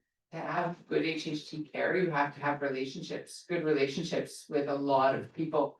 A lot of different healthcare workers and disciplines, and I agree with Hans Jürgen. I think for us, it was about building a relationship with one cardiologist, and that helped us. And building a relationship with a liver imaging ultrasonographer who would help us develop a protocol for screening for liver vascular malformation. So it takes time, but building those relationships, I think, and having other healthcare workers understand what we're trying to accomplish really makes a big difference.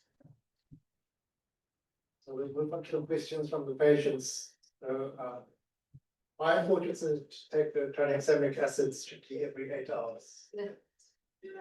I can take that one if you want. It's probably. Well, first of all, it depends why. Okay, so it's not dangerous to take it less frequently. It's not a, some people, some medications, you have to worry about missing a dose, that would cause a complication or. But with tranexamic acid, if you don't take it every 6 to 8 hours, then you lose effectiveness. It's a short acting medication. It only works when you take it. So for some people, it may be okay to just take it twice a day or even once a day. If let's say someone's nosebleeds are only at night, maybe they could just take it before they go to bed. But if someone has severe bleeding and we're trying to control the overall volume loss, overall blood loss, because they're anemic, then it's better to take it every either 3 or 4 times a day to really get the around the clock effect. I learned more about the use of tranexamic acid for my patients than I have taught them. And many things with HHT, as we've alluded to, of all the things that work for individuals, may not work for populations. We learned from many of the trials, like the nose trial, that there's probably difference in the nose trial, which was a trial of tranexamic acid up the nose, and estrogen preparation up the nose, and bevacizumab up the nose. And when we looked at and a placebo up the nose, we looked at all patients in there, only the placebo really worked as well as the others. But in that thing, there were probably patients who did better on any of those things. We just don't have the power of numbers of patients and the power of studies to pull out these. So there's just variability. So hence, patients teach me all sorts of stuff. When I first HHT, I'll never forget, there was somebody who got up on a soapbox, literally, was trying to convince everybody in the room to start having a high soy-based diet. Because they were swore that's what made their nosebleeds go away. I think somebody studied that, and placebo actually worked better than soy. That trial. But so again, individualized, there's such variability, not just. Yeah. So, within reason, I try stuff, patients try stuff, hopefully it's safe. But again, I've learned much more about HHT from my patients. I think I've taught them. So thanks for patients, your advocates for what you do. No, I agree with that. The patients know a lot about a whole lot of HHT. So is it safe for HHT patients to have their teeth extracted? Yes, it should not. And so 2 things. One, it should not be a bacteremic procedure, having a tooth extraction. So that's one thing. And the second thing is, I guess some dentists worry about the risk of bleeding with a dental extraction. And though it's true, there could be a telangiectasia right near the tooth. What we explain to the dentist first of all is what you see is what you get. So if there's a telangiectasia there and you cut it or tear it, it will bleed. But if there isn't, then that risk of bleeding isn't any higher than you're looking at. If the tissue looks normal in the mouth, then it should be normal risk of bleeding. And the second thing is that most telangiectasia in the mouth are amenable to to pressure for the dentist to manage the bleeding, and that they should just take that very standard approach. I completely agree, and I tell dentists, when they phone me, I tell HHT is actually not a real bleeding disorder. It's a disorder which makes vessels that can bleed easily, but it's not a bleeding disorder. You know what I mean? It's different. And I guess just an extension of that is I frequently get questions, can I have this surgery, that surgery? My surgeon need to worry about this and that, and again, reminding the principals if it's not the blood doesn't have a coagulation issue. And most of the vessels in the body are not affected, and we're lucky enough that in the kind of places where people are gonna have surgery, other than the nose, there aren't gonna be problematic HHT related vessels in those, which then lead to a perioperative complication. Can hot chocolate trigger nosebleeds? I think the answer is what Mark already said, you have to listen to your patient. Yeah. Because many patients, for example, say that spicy foods will trigger nosebleeds, but I have a few patients who told me that chocolate can trigger nosebleeds, but others may have problems with other foods, you know, so listen to your patient, and I explain to patients that they should learn for themselves what brings the nosebleeds and what doesn't, which doesn't.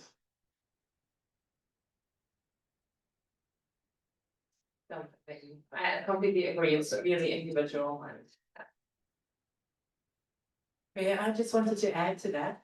So when we arrived yesterday, we were waiting and having coffee and that. I went to make myself a cup of coffee. And the two other patients at the table looked at me and were shocked. They said, "Are you having coffee?" I was like, "It's fine." Coffee was their trigger, so they couldn't have coffee. Yet I can. Spicy things are my trigger. Is the role of food-based salicylates? Salicylates in food, so high concentrations. That's a good question. Good question, because there are some salicylates in like most of the foods that we eat. So we have a handout we give to our patients about foods that could affect and drink that could affect bleeding. And we put the salicylates in there, but kind of say, please don't do an elimination, like a full elimination of salicylates. But that for some patients, it may be important. So again, the idea of, you know, having the information and monitoring maybe what things are triggering your nosebleeds may lead to some patients identifying some salicylates as being an issue. But there's no evidence, I guess this is all just kind of logic based, you know, what we know about the impact. But there are, in our diets, there's potential for significant salicylate ingestion depending on what we eat, what it is, so it makes sense. Except that it's like almost everything. Okay. Like we just worry about people feeling they have to eliminate everything diet. Given that especially when we don't have evidence, so we kind of say better to keep a diary, you know, learn about what might be the potential triggers, keep a diary and we try eliminating individual things, not to consider that they can use substances.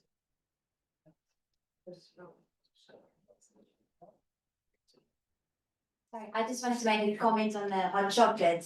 So there is actually evidence for dark chocolate having an antiplatelet effect. And there are longitudinal studies for patients with arterial vascular disease having taken dark chocolate and the effect on the platelets. So that might be what is inducing the bleeding. It might just be the antiplatelet effect of the cocoa. Better to stick to milk chocolate. You're a chocolate lover.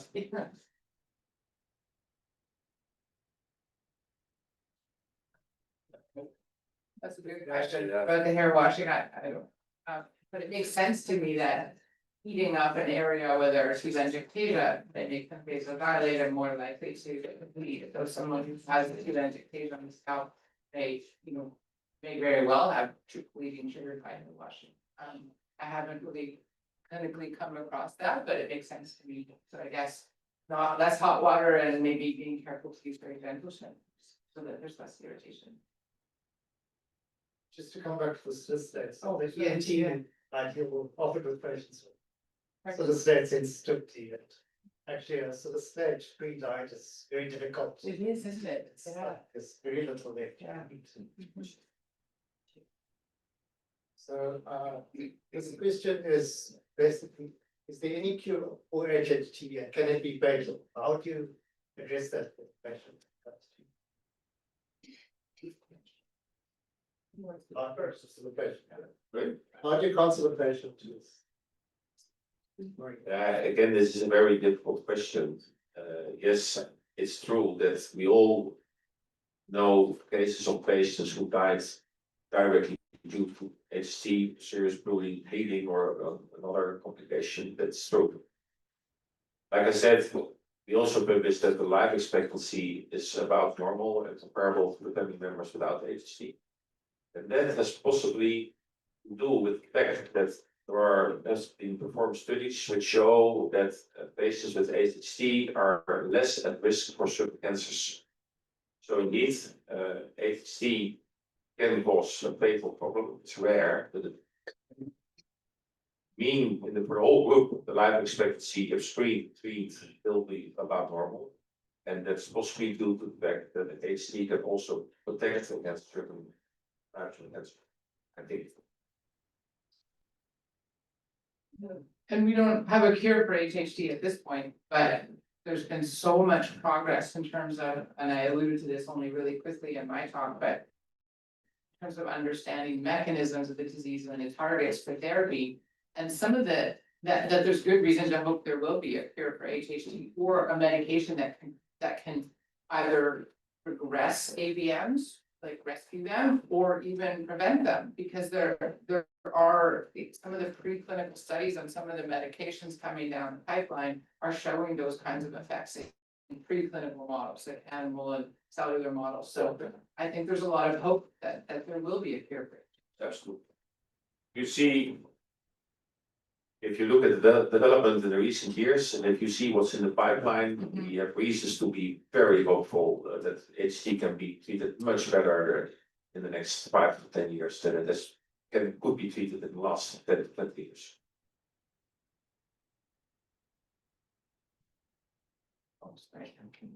There was a recent remarkable case study published of CRISPR technology with sickle cell disease, where I saw a photograph of the guy at the top of Kilimanjaro. So the first question is there anything with CRISPR happening in the pipeline? And the second question is, a lot of the studies I've seen in it that have been noted are monotherapies. Is there any evidence of synergistic therapy between multiple drugs, for example, doxycycline stabilizing blood vessels and tacrolimus changing the ALK1 expression?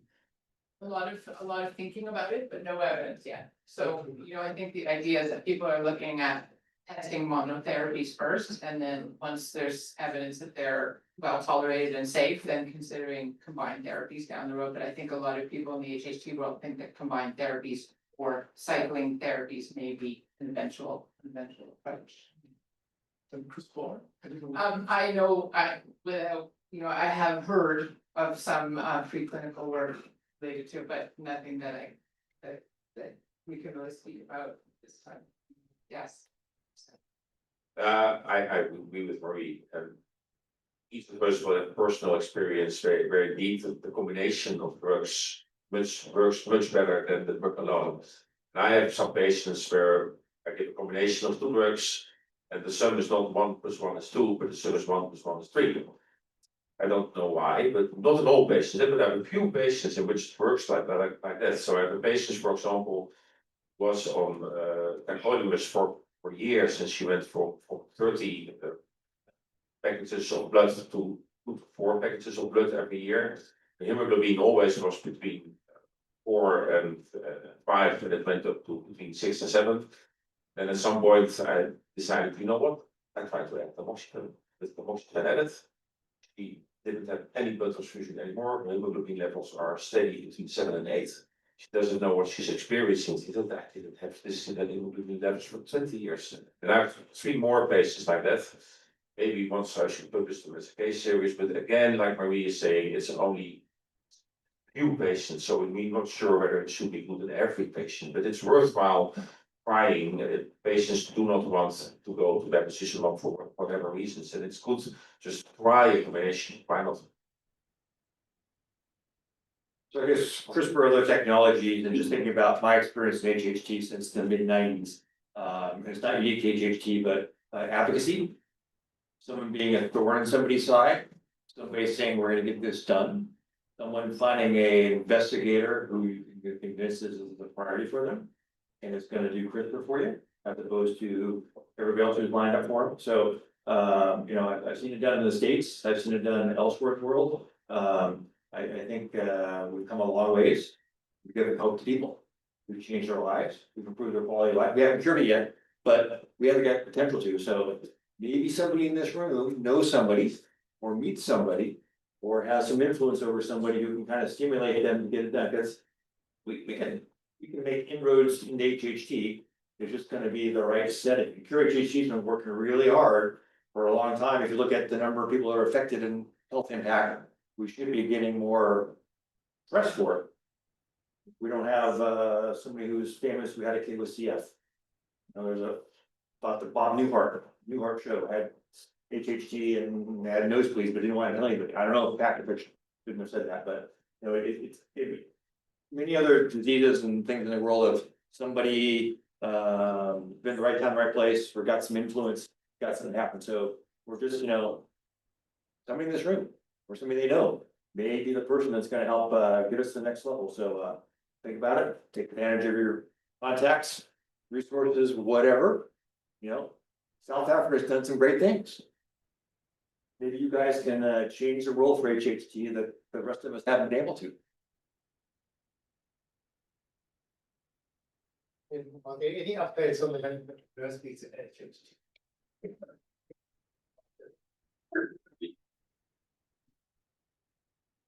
So, as I said also in my slides, I recommend really like individual topical management for the patients. So they really have to pre-treat the mucosa. And as I also said, we always use a tranexamic acid as the ointment. And Mary, you talked about the spray. So there are different ways of application forms for tranexamic acid. If you don't want to give it systemically. And you only have to ensure that it stays a while in the nose to have effect. So regular spray only with the tranexamic acid seems not to work so well. So this an easy way to try if there's and it's quite accessible, it's not so expensive. So this would be a number one recommendation. So I'm getting in trouble here. I've been in trouble before. So is there any published data that shows that your regimen works and is better than placebo? And it probably not, I haven't seen it, otherwise I'd be doing it, but it's just an example of, you know, people getting things done that makes sense, that appears to be safe. And many advances in medicine and HHT have been that way. I don't want to give you guys a bad time, but you know, we have not been using it because of the evidence base and stuff. To just listen to you guys, and I'm gonna go back and try to get a compounding pharmacist to get me the stuff you guys are using and start using it, because these guys are smart. I trust them.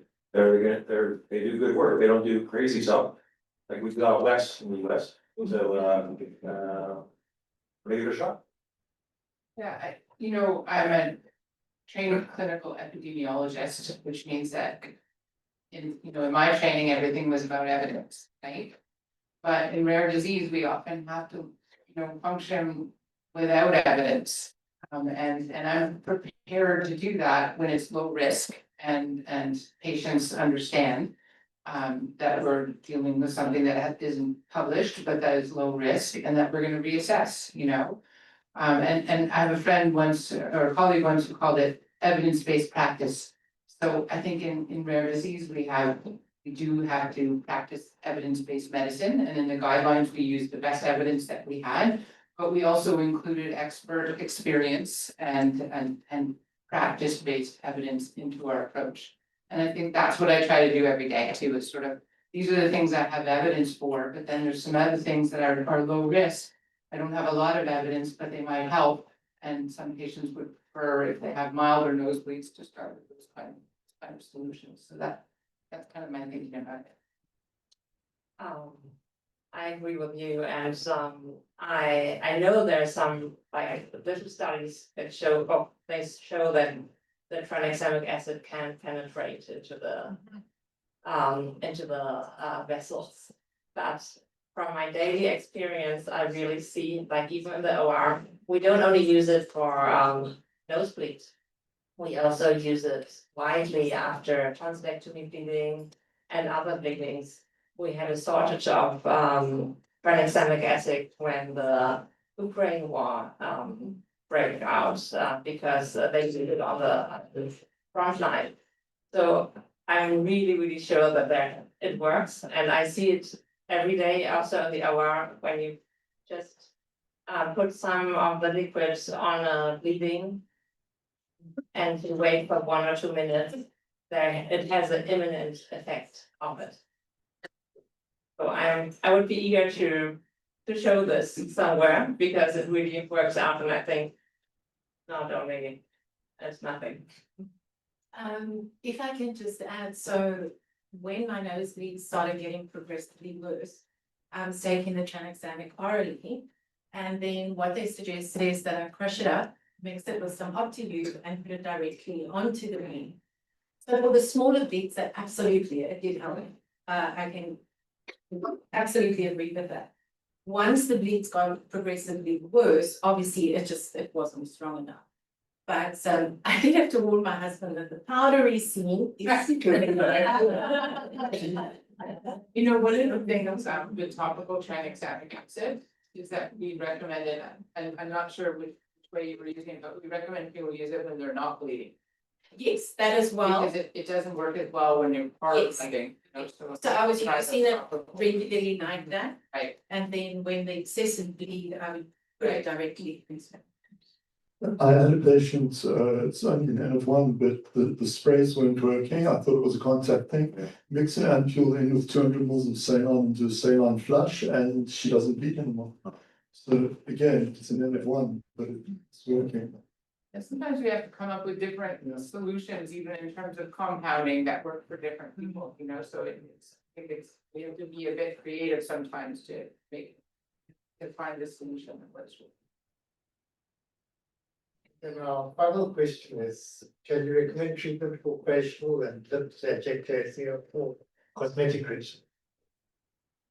Oh, there's like, you can do really good treatments, you can do laser treatments, this works really well. I'm sure, like, even here in South Africa, you have a bunch of dermatologists doing this. And you can use the pulsed Nd:YAG laser, it's a special laser for the skin.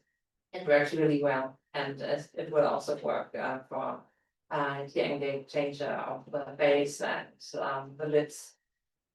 And yeah, as I said also in my presentation, when you have really big angiomas of the face, we treat them through ice cube. It reduces the flow of the AV malformation, and so you can apply the energy and have a really good effect with less energy application. Yeah, the comments. One thing we found is that it helps if the dermatologist is experienced in HHT, because sometimes sometimes they're surprised at how much a lesion might bleed when they treat it, especially like the mucosal ones. So just so good for to go to a dermatologist with experience or who's prepared to learn about HHT.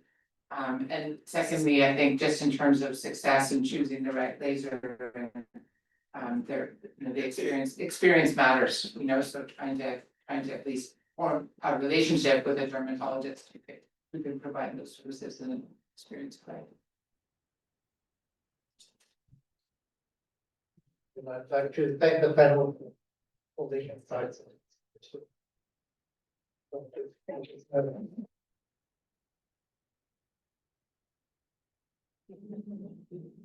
you, so see that, and thank you, Jason, that was very, very interesting. So we're going to jump to the last part of the program now. So we're gonna speak about establishing an HHT center. So, Francis, you will speak about setting up a HHT center of excellence. I will end up with a few words on the way forward for South Africa. Thank you.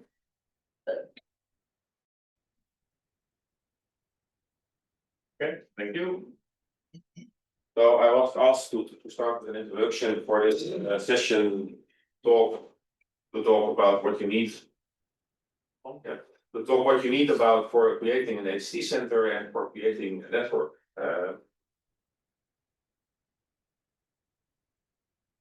Establish an HHT center. Is it difficult and what does it take? Well, I have to admit that the answer is not so very difficult, the answer is quite easy. It takes an enthusiastic, dedicated team. If you have an enthusiastic, dedicated team, you're almost ready. So who will be the members of this team? Of course, I think it's important to have an HHT clinician coordinator. And then I wrote down a few specialists who you need in your team, but this is not extensive. It's just a suggestion what you should need. It's based on criteria from pure HHT and post-care, which I'll show later. So you need, of course, an ENT surgeon, an interventional radiologist, a pulmonologist, a gastroenterologist who's also a hepatologist, rheumatologist, cardiologist, gynecologist, or a physician. Of course, dedicated nurses, very important. And it should be okay. It should be good when there's also a pulmonary hypertension team. And of course, we can make this larger or surgery or whatever. Important that you can perform diagnostic tests, of course, and those tests are mostly based on the use of the Kurosawa criteria, so you should be able to evaluate the severity, do laboratory testing, upper and lower digestive endoscopy, CT, MRI, fantastic cardiography, Doppler ultrasound for liver MEMs, right heart catheterization, and possible also genetic testing. And as you all know, we have a definite diagnosis when 3 out of 4 criteria are present, or there's a molecular DNA diagnosis.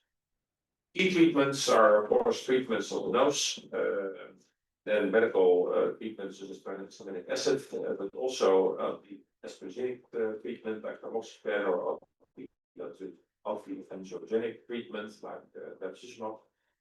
The clinic should be able to give intravenous iron and, of course, blood transfusion, EMM embolization, stroke treatments, at least access to a neurovascular interventional center, obstetric medicine, and well, lymph transplantation. And then, of course, it's important not to do everything on your own, but it's nice to have the possibility to discuss with others. In other words, you should create a multidisciplinary network.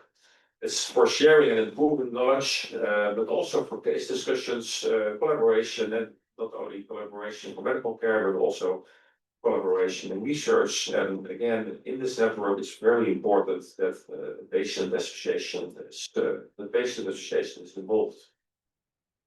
And this is an example of a European network. It's the network of HHT. It's a network of different HT clinics in close collaboration with the European Patient Organization. We could go through the website, but I think it takes too much time now, but just an example. And another example of a network is the Cure HHT network. Cure HHT is acting like the international, it's an American patient organization, but actually it's acting like the international HHT organization. And as such, it has a network not only of patients, but also a network of clinics and a network for research, a close collaboration network for research. And I think what QHD was very good, is very good in combining the patients together with the medical care and together with the research. So this triangle, QHD has been establishing this network, which encompasses all these 3 aspects. And this on the website of Cure HHT, you can also find different centers, not only in United States and America and the United States and Canada, but also and maybe possibly soon also in South Africa. So again, it all starts with an enthusiastic, dedicated team. That's really the most important thing. Collaboration, both national and international, as we already discussed with several of you.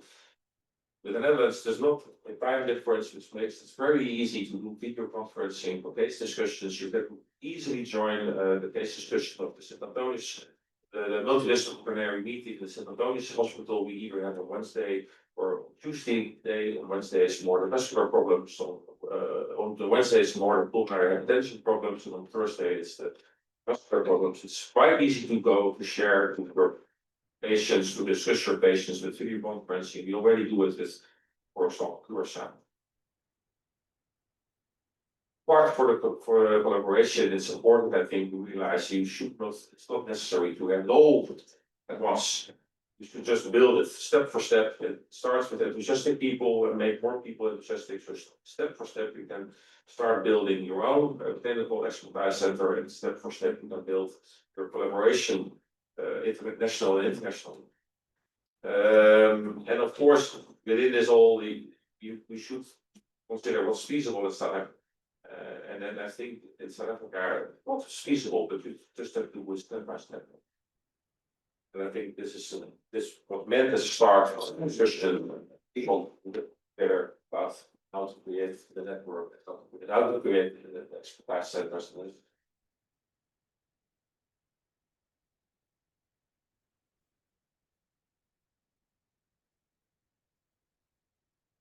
I will keep the questions for the end, see what you guys.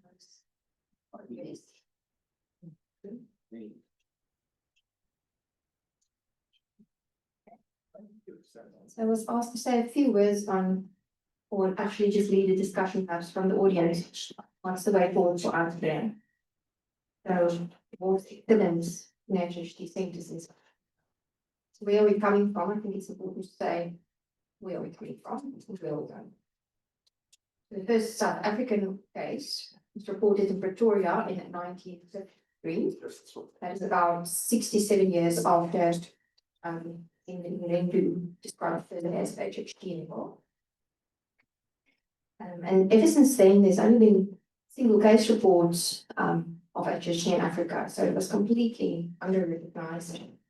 But HHT has a wide ethnic, racial, geographic distribution, but to date, the vast majority of subjects in the literature are Caucasian, to the point where one almost thinks that it is a disease of Caucasians. This is, in my opinion, a publication bias. Does it matter? Well, I think just for that mere reason, so that people are not having some diagnostic bias where they think this cannot be HHT in African, but it might influence the rate of AVMs. For example, a study on the left by Yusuf et al. They looked at a lot of Asian patients, but certain AVMs might be in certain groups, but it could just be familial. Or Carlos asked whether this may have treatment implications, and we're talking about all this variability, and perhaps certain groups respond better to certain treatments, so it might matter. Even in 2010, there was a publication which asked, is HHT rare in the Black race? So basically, not too long ago, HHT in South Africa basically didn't exist. This is a patient from our center. You can see clearly here an African patient, and I don't think it's rare in the African population. It's just underdiagnosed, unreported. So this started to change not long ago. Colleagues from our center and some of them, Hans Jurgen and his colleague from the Netherlands, published the first 16 cases from South Africa and from 5 families. And it was followed by a publication by South Africa, which included 24 patients, and 9 of our patients had also been included in a mental health study. UCT is soon to publish their experience of 36 patients with HHT that's known to them, and then this very novel data on the use of neomycin. So basically, if it means nothing else, if local practitioners look for HHT in South Africa, it will at least appear in a Google search. So currently, we treat HHT in South Africa, in Bloemfontein. Universitas Hospital treats patients from Free State in Northern Cape, and we have just 28 patients with confirmed HHT that have somehow been referred for us with 3 suspected cases, family members who will definitely benefit from genetic testing. For this key, 36 patients. And then perhaps I can ask the audience, what do you want to suggest? Oh, there you are. The Stellenbosch, roughly how many patients do you think? Yeah, I think like you said, it's probably underdiagnosed or probably still a lot of underdepartments, patients may not have been referred to us. We have 6 known patients at our clinic. And thanks to the workshop, we've been collaborating a bit more. I think it was just the awareness, etc. And our gastroenterologist referred 3 patients in the past 2 weeks or last week. So I think we're going to see more. But from what I know, most of our referrals actually come from EMT, the patients that we know of. So I suspect that will be our next target. Talk to the EMT surgeons as well. I wonder if there's anyone else who wants to share an experience. I think I'll be ready. Sorry, what's your name?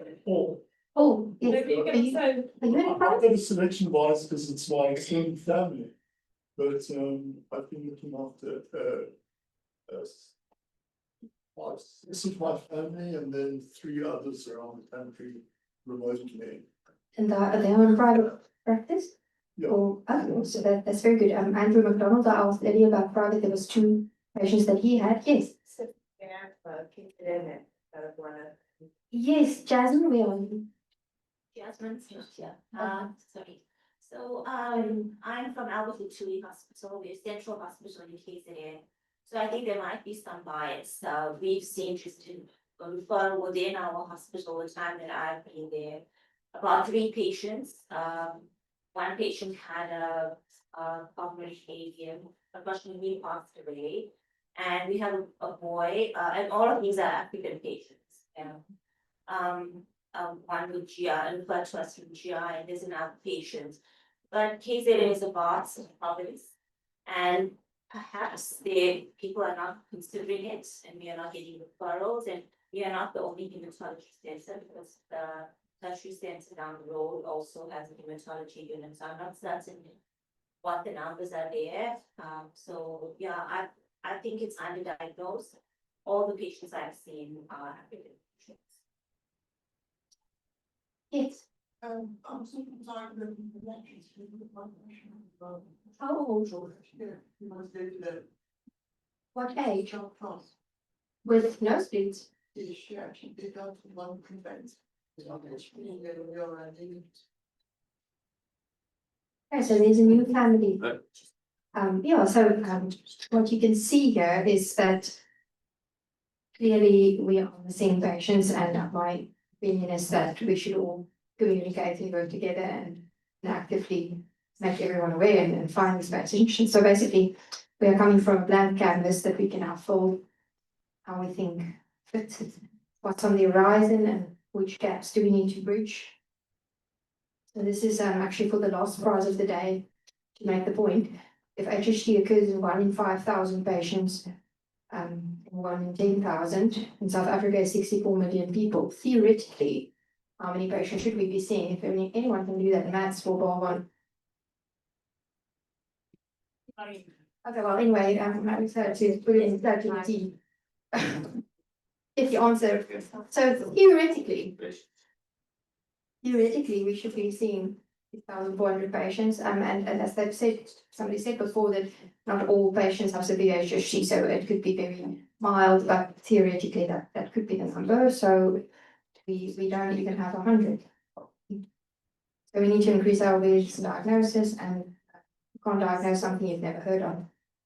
So for the 100 or so patients that we know, what can we do?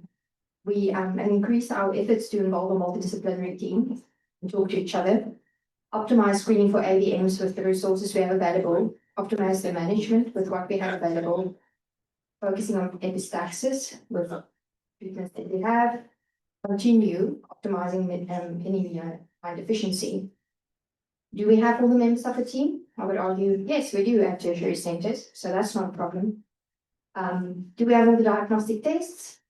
I came to this conference with a big question about the bubble test, and I think it's been very confidently answered that we should just do it. So, genetic testing, I've decided to make my problem, and I will bring it here soon, whether it's with our own method or something. Can I ask something? Yes. So I remember the DNA testing when the mutation is known is 7,000 months? No, it's less than that. So if you have, sorry, I'm Monique from Yes. the genetics. So if you have a family variant, you have one variant, it costs around 2,000 rand. Okay, 2,000 rand, then what's cost the CT scan? 5,000. PhD. So Yes, it makes a absolutely. business case to start Yeah. DNA So testing. we definitely. Yeah. Depending which lab you use, it's gonna be different costs, obviously. But yeah, so a panel, in VTech, costs around 7,000. Yeah, but that you only do once, and then you find the mutation for the family. And then you pay obviously less per but and only those at risk. But even at 7,000 rand, it already makes a business case to start the DNA test. Absolutely does. So that's it, right? And then in terms of treatments, I don't know if there are any other ENT surgeons in the audience, but apparently Bloemfontein and Cape Town do not have a laser. It hasn't been a priority. Prof. Tida recently found that gastroenterology has a plasma laser coagulation. What do you call it? Cardinal plasma coagulation available, and he might access that now. So I think we've not been able to offer the local therapies as well as we should. We do have tranexamic acid chips. We have tried we've tried doxycycline, propranolol, not much effect. We've had some success in some patients now with tamoxifen, others not. Unfortunately, in the state sector, our motivations for bevacizumab wasn't successful, not because it's not available or approved, it's just the budget, and it didn't allow for it. I know Andrew McDonald said that he could access it. I don't know if you were able to maybe get hold of bevacizumab or Avastin. Just twice. So, Two times, in fact, works very nicely, and it's cheaper than in the States. Similarly, Watkins is cheaper than in the States. And I think there might be a medical safari business for you guys to send your genetics through to Bloemfontein. It's a whole lot cheaper than 28,000 rand. Yeah. serious,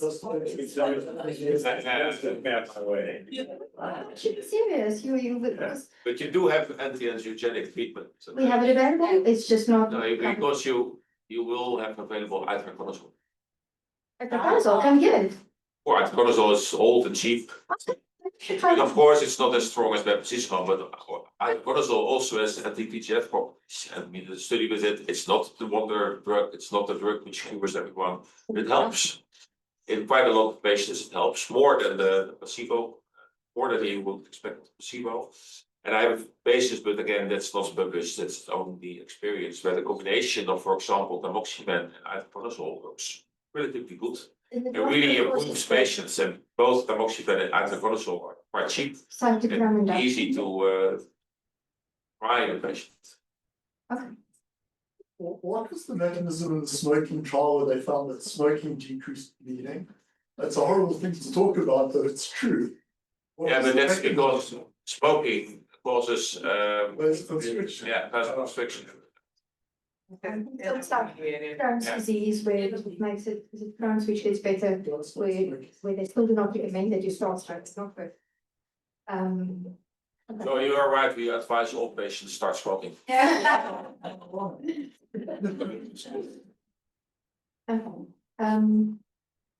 so neurovascular interventions and things I don't think are off limits, but our waiting times might be long, and then I think unfortunately we haven't seen a lot of liver AVMs in our families, but perhaps it's different than other places. But liver transplant seems to be something that's quite unlikely. But I do think there are options, and we've said a lot, you need to think outside of the box. I like the itraconazole, I think we should try that in the meantime. So yes. What about the bleomycin? Yes, it's an absolutely new possibility. It's so successful with me. I was using, I think about 300 mils of blood per nosebleed. That's when I went from the tranexamic acid to the bleomycin. And after I had the treatment, I didn't bleed literally for a year. I would have tiny little ones which were insignificant. And I literally have not had a gush since July last year. So I think we're in a unique position to be discovering new things because of the problems we have, yes. So that's a question to the panel.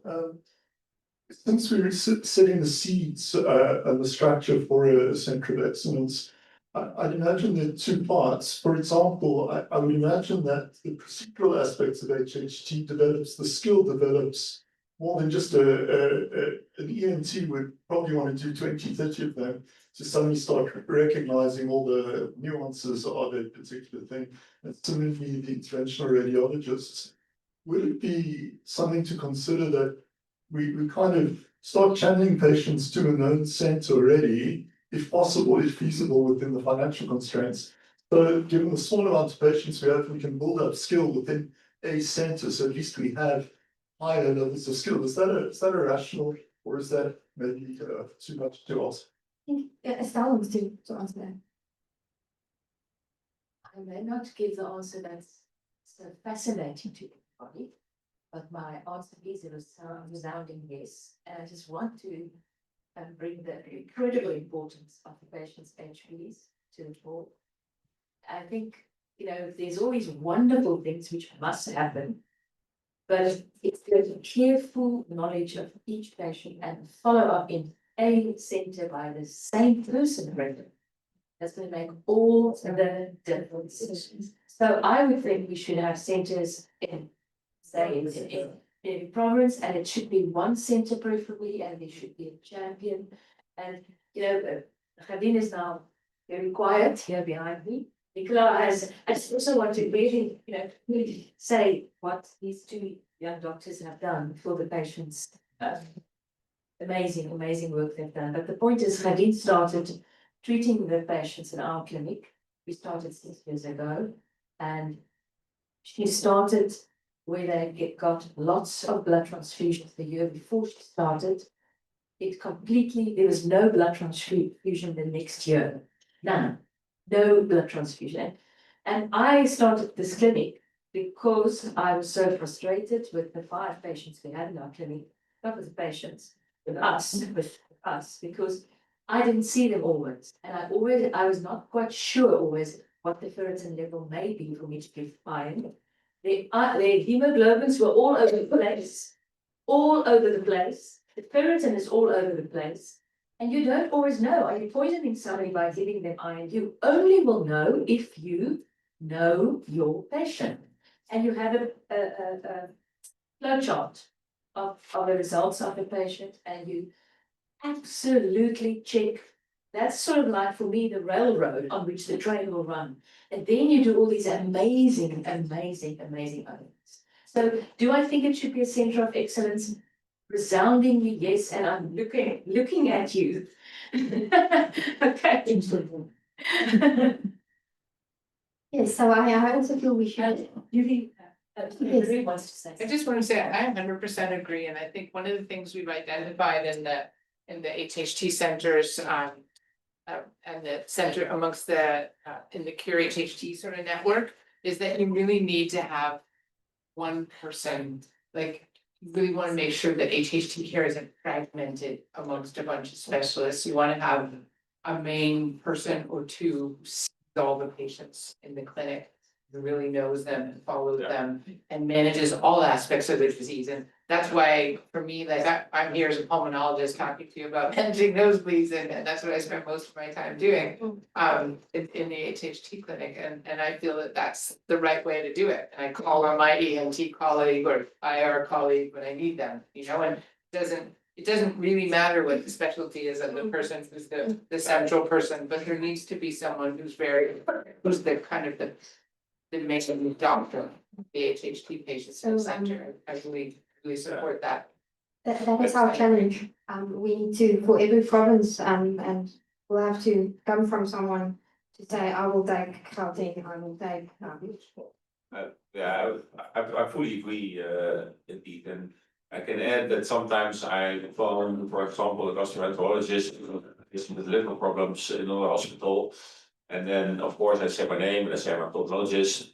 And then I say, well, maybe you think, what the hell is a good pulmonologist going to tell me about liver problems? But then I think in this case, you should rather think of me as an HHT physician and not so much as a pulmonologist. And then, oh yeah, of course, then they understand. It's almost, and almost say the general physician is actually ideally suited because they take care of everything.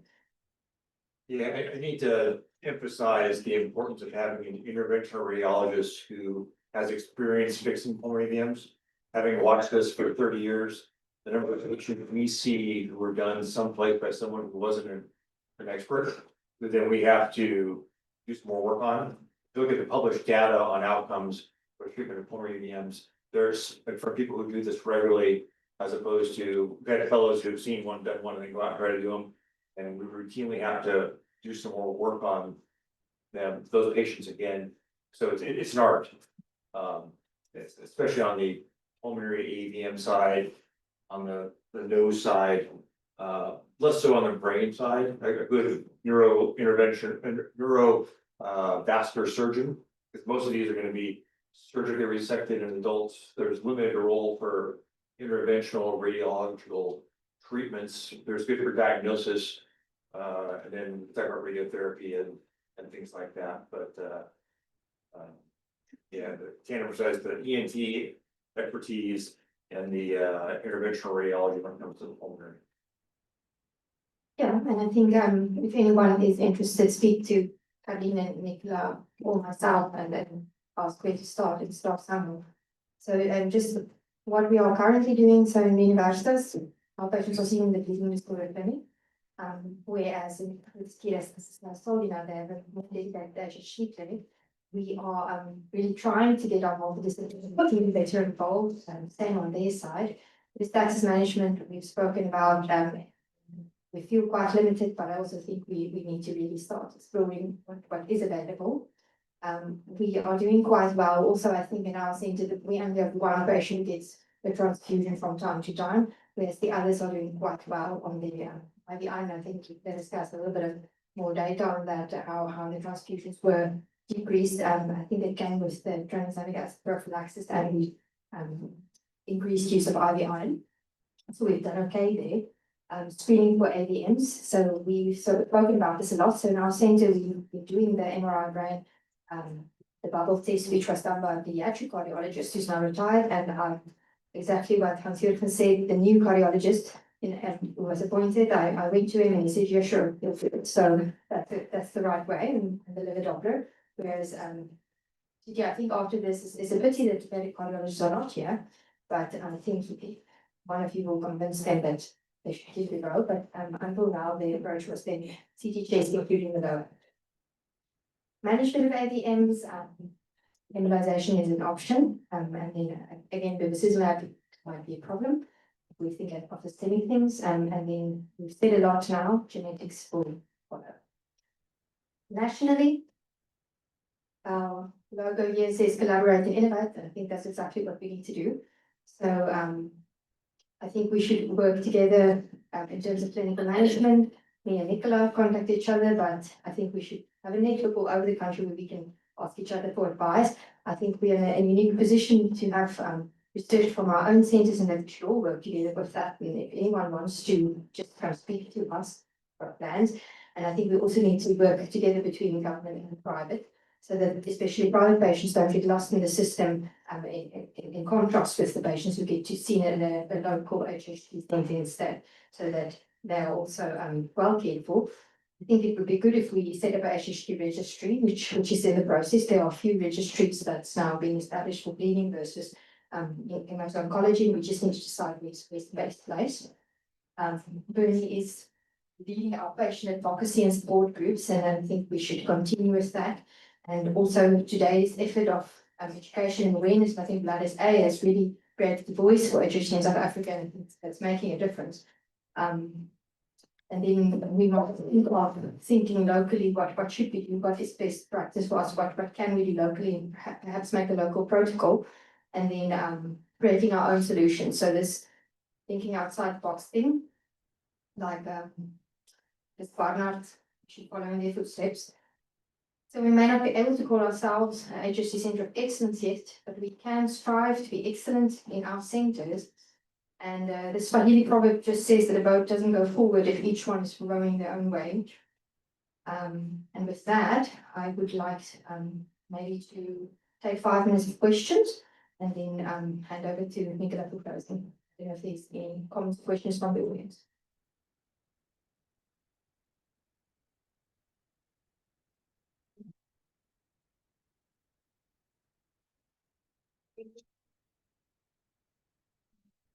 Ask our international experts whether there's a international registry. So there is not an international registry, though there are several groups that have developed registries, and one that we had for the Brain Vascular Malformation Consortium had 17 centers throughout the world contributing to it, but the funding finished last year. So there won't be any more recruitment to it. In the US, there's a multi-center registry now. And otherwise, and I think in Europe, there's also a multi-center one, and otherwise it's center by center. There was an attempt a couple decades ago that ended up failing, and I'll just quote it miserably, just challenging. I don't think we'd be able to pull off. But there are at least some large registries, like the Brain Vascular Malformation Consortium one is 2,400 patients in it, so there's a lot of data there. I don't know how much is in the European one. The European one, sorry, I don't know, because we recently started and we only put in the new patients, so that Right. takes the time. And our database in the St. Hospital, I think we have now about 3,500 people in the database. But around 1,300, 1,500 don't have our family members without HHT. So we have people, patients having HT. We would now have about 1,600, 1,800 with a definite diagnosis, then a few hundred, mostly children, in whom we didn't do DNA testing yet with a possible diagnosis. So it's, I guess just an observation about this HHT, it's a great thought, great try to do, it's really hard for a whole bunch of reasons. Cost, structure, regulations, and that's not even talking about the data elements in it. And then trying to come up with the manageable data elements, not just of numbers, but then how you can kind of standardize your inputs and stuff, and then who's gonna put the data in. And then who's gonna, what are they gonna do with the data? So, Yeah, but what makes it more easy that if you have 2 centers.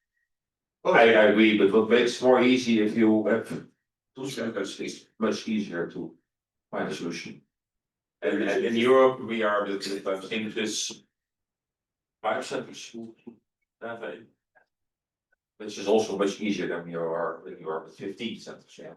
I guess I wouldn't delay other stuff trying to get the registry in place, although later you'll wish you had the registry in place at the beginning.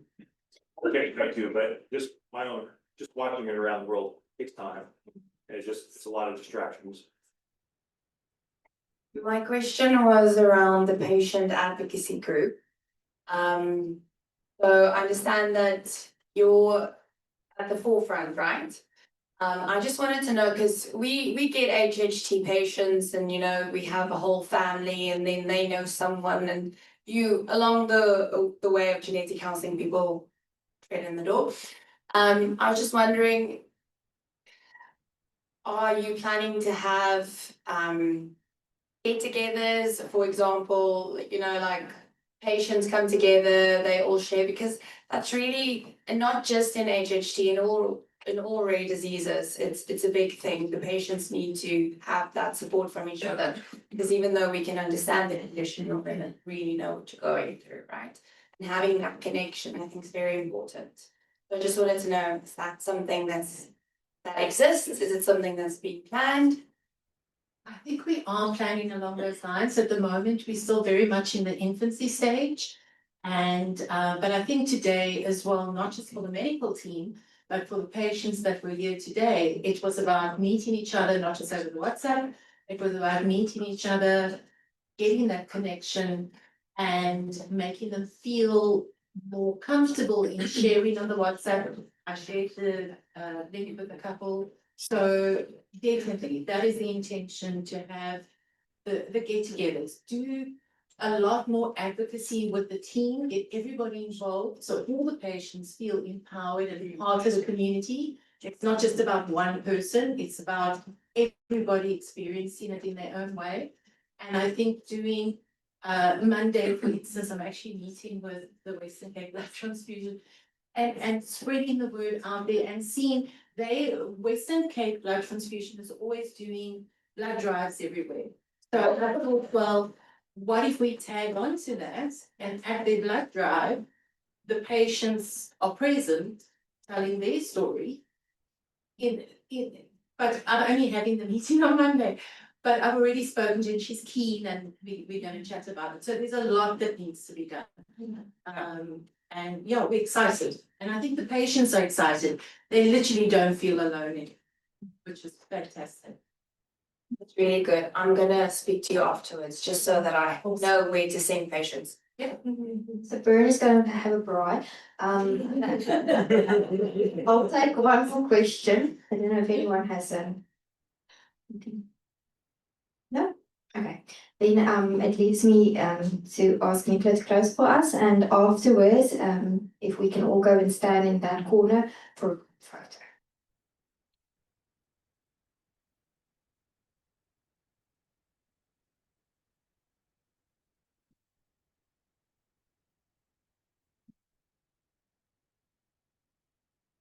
So first of all, on the screen is the logo to the HHT South Africa Working Party. So if you're inspired and you want to be a clinician leading HHT care in South Africa and help us to further the cause, then don't delay, join today.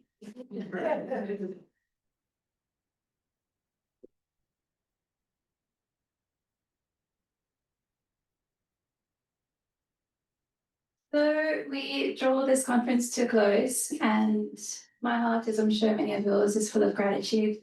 And this isn't the end, this is actually just the beginning. And we've heard today from some of the brightest minds and most compassionate hearts in the HHT community, who shared your expertise and wisdom so generously and with such kindness, and for that we thank you deeply. A conference like this is never the work of one person. It is the result of vision, collaboration, and countless hours behind the scenes. To each of our speakers and session chairs, thank you for giving of yourselves so willingly. To Asino, thank you for believing in this cause and for sponsoring us, so we could take this next important step forward. To Jonita Miles and the Scatlings team, thank you for your professionalism and guidance. DKMS, thank you for funding accommodation for our speakers. Bernie Breach, your passion, determination, and courage as a voice for South African patients is inspiring. We need more people like you. Stephanie Kennedy, thank you for the life, spark, and fun slant you have brought to the conference. I want to acknowledge my Blood colleagues. Prof. Verberg, you've been with HHT from the beginning, and this wouldn't have been possible without you. Your visionary leadership in Cape Town has shown us what is possible, and your enthusiasm makes even the impossible seem within reach. Kadeen, my sounding board and partner in creativity, Joe Hughes and Colin Prince for filling in the gaps. Most of all, I want to thank each of you in the room for joining us, participating, and for caring. Your presence here is not only a mark of professional commitment, but of compassion for the patients and families we serve. To the patients, thank you for joining us today. Your voice matters, and we value your input and your investment, not only in your health, but the health of your family and those who aren't diagnosed yet. This is not an ending, but a beginning, and the start of a movement that will change the landscape of HHT care in South Africa.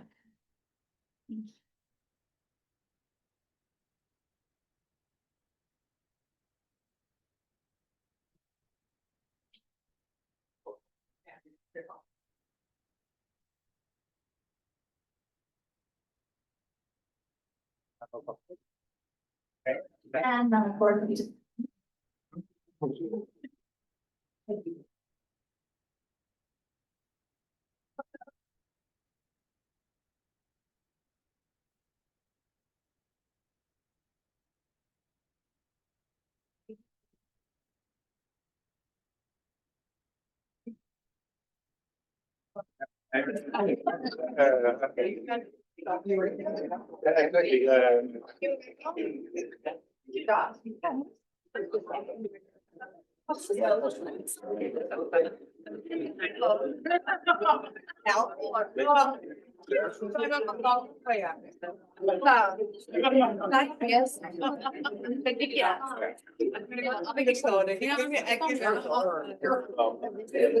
Yeah.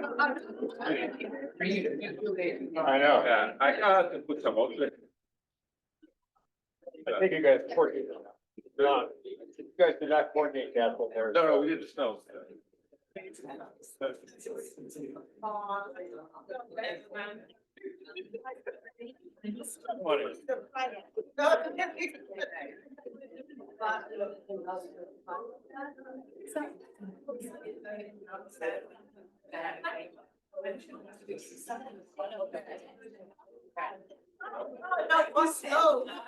no, no, no, no.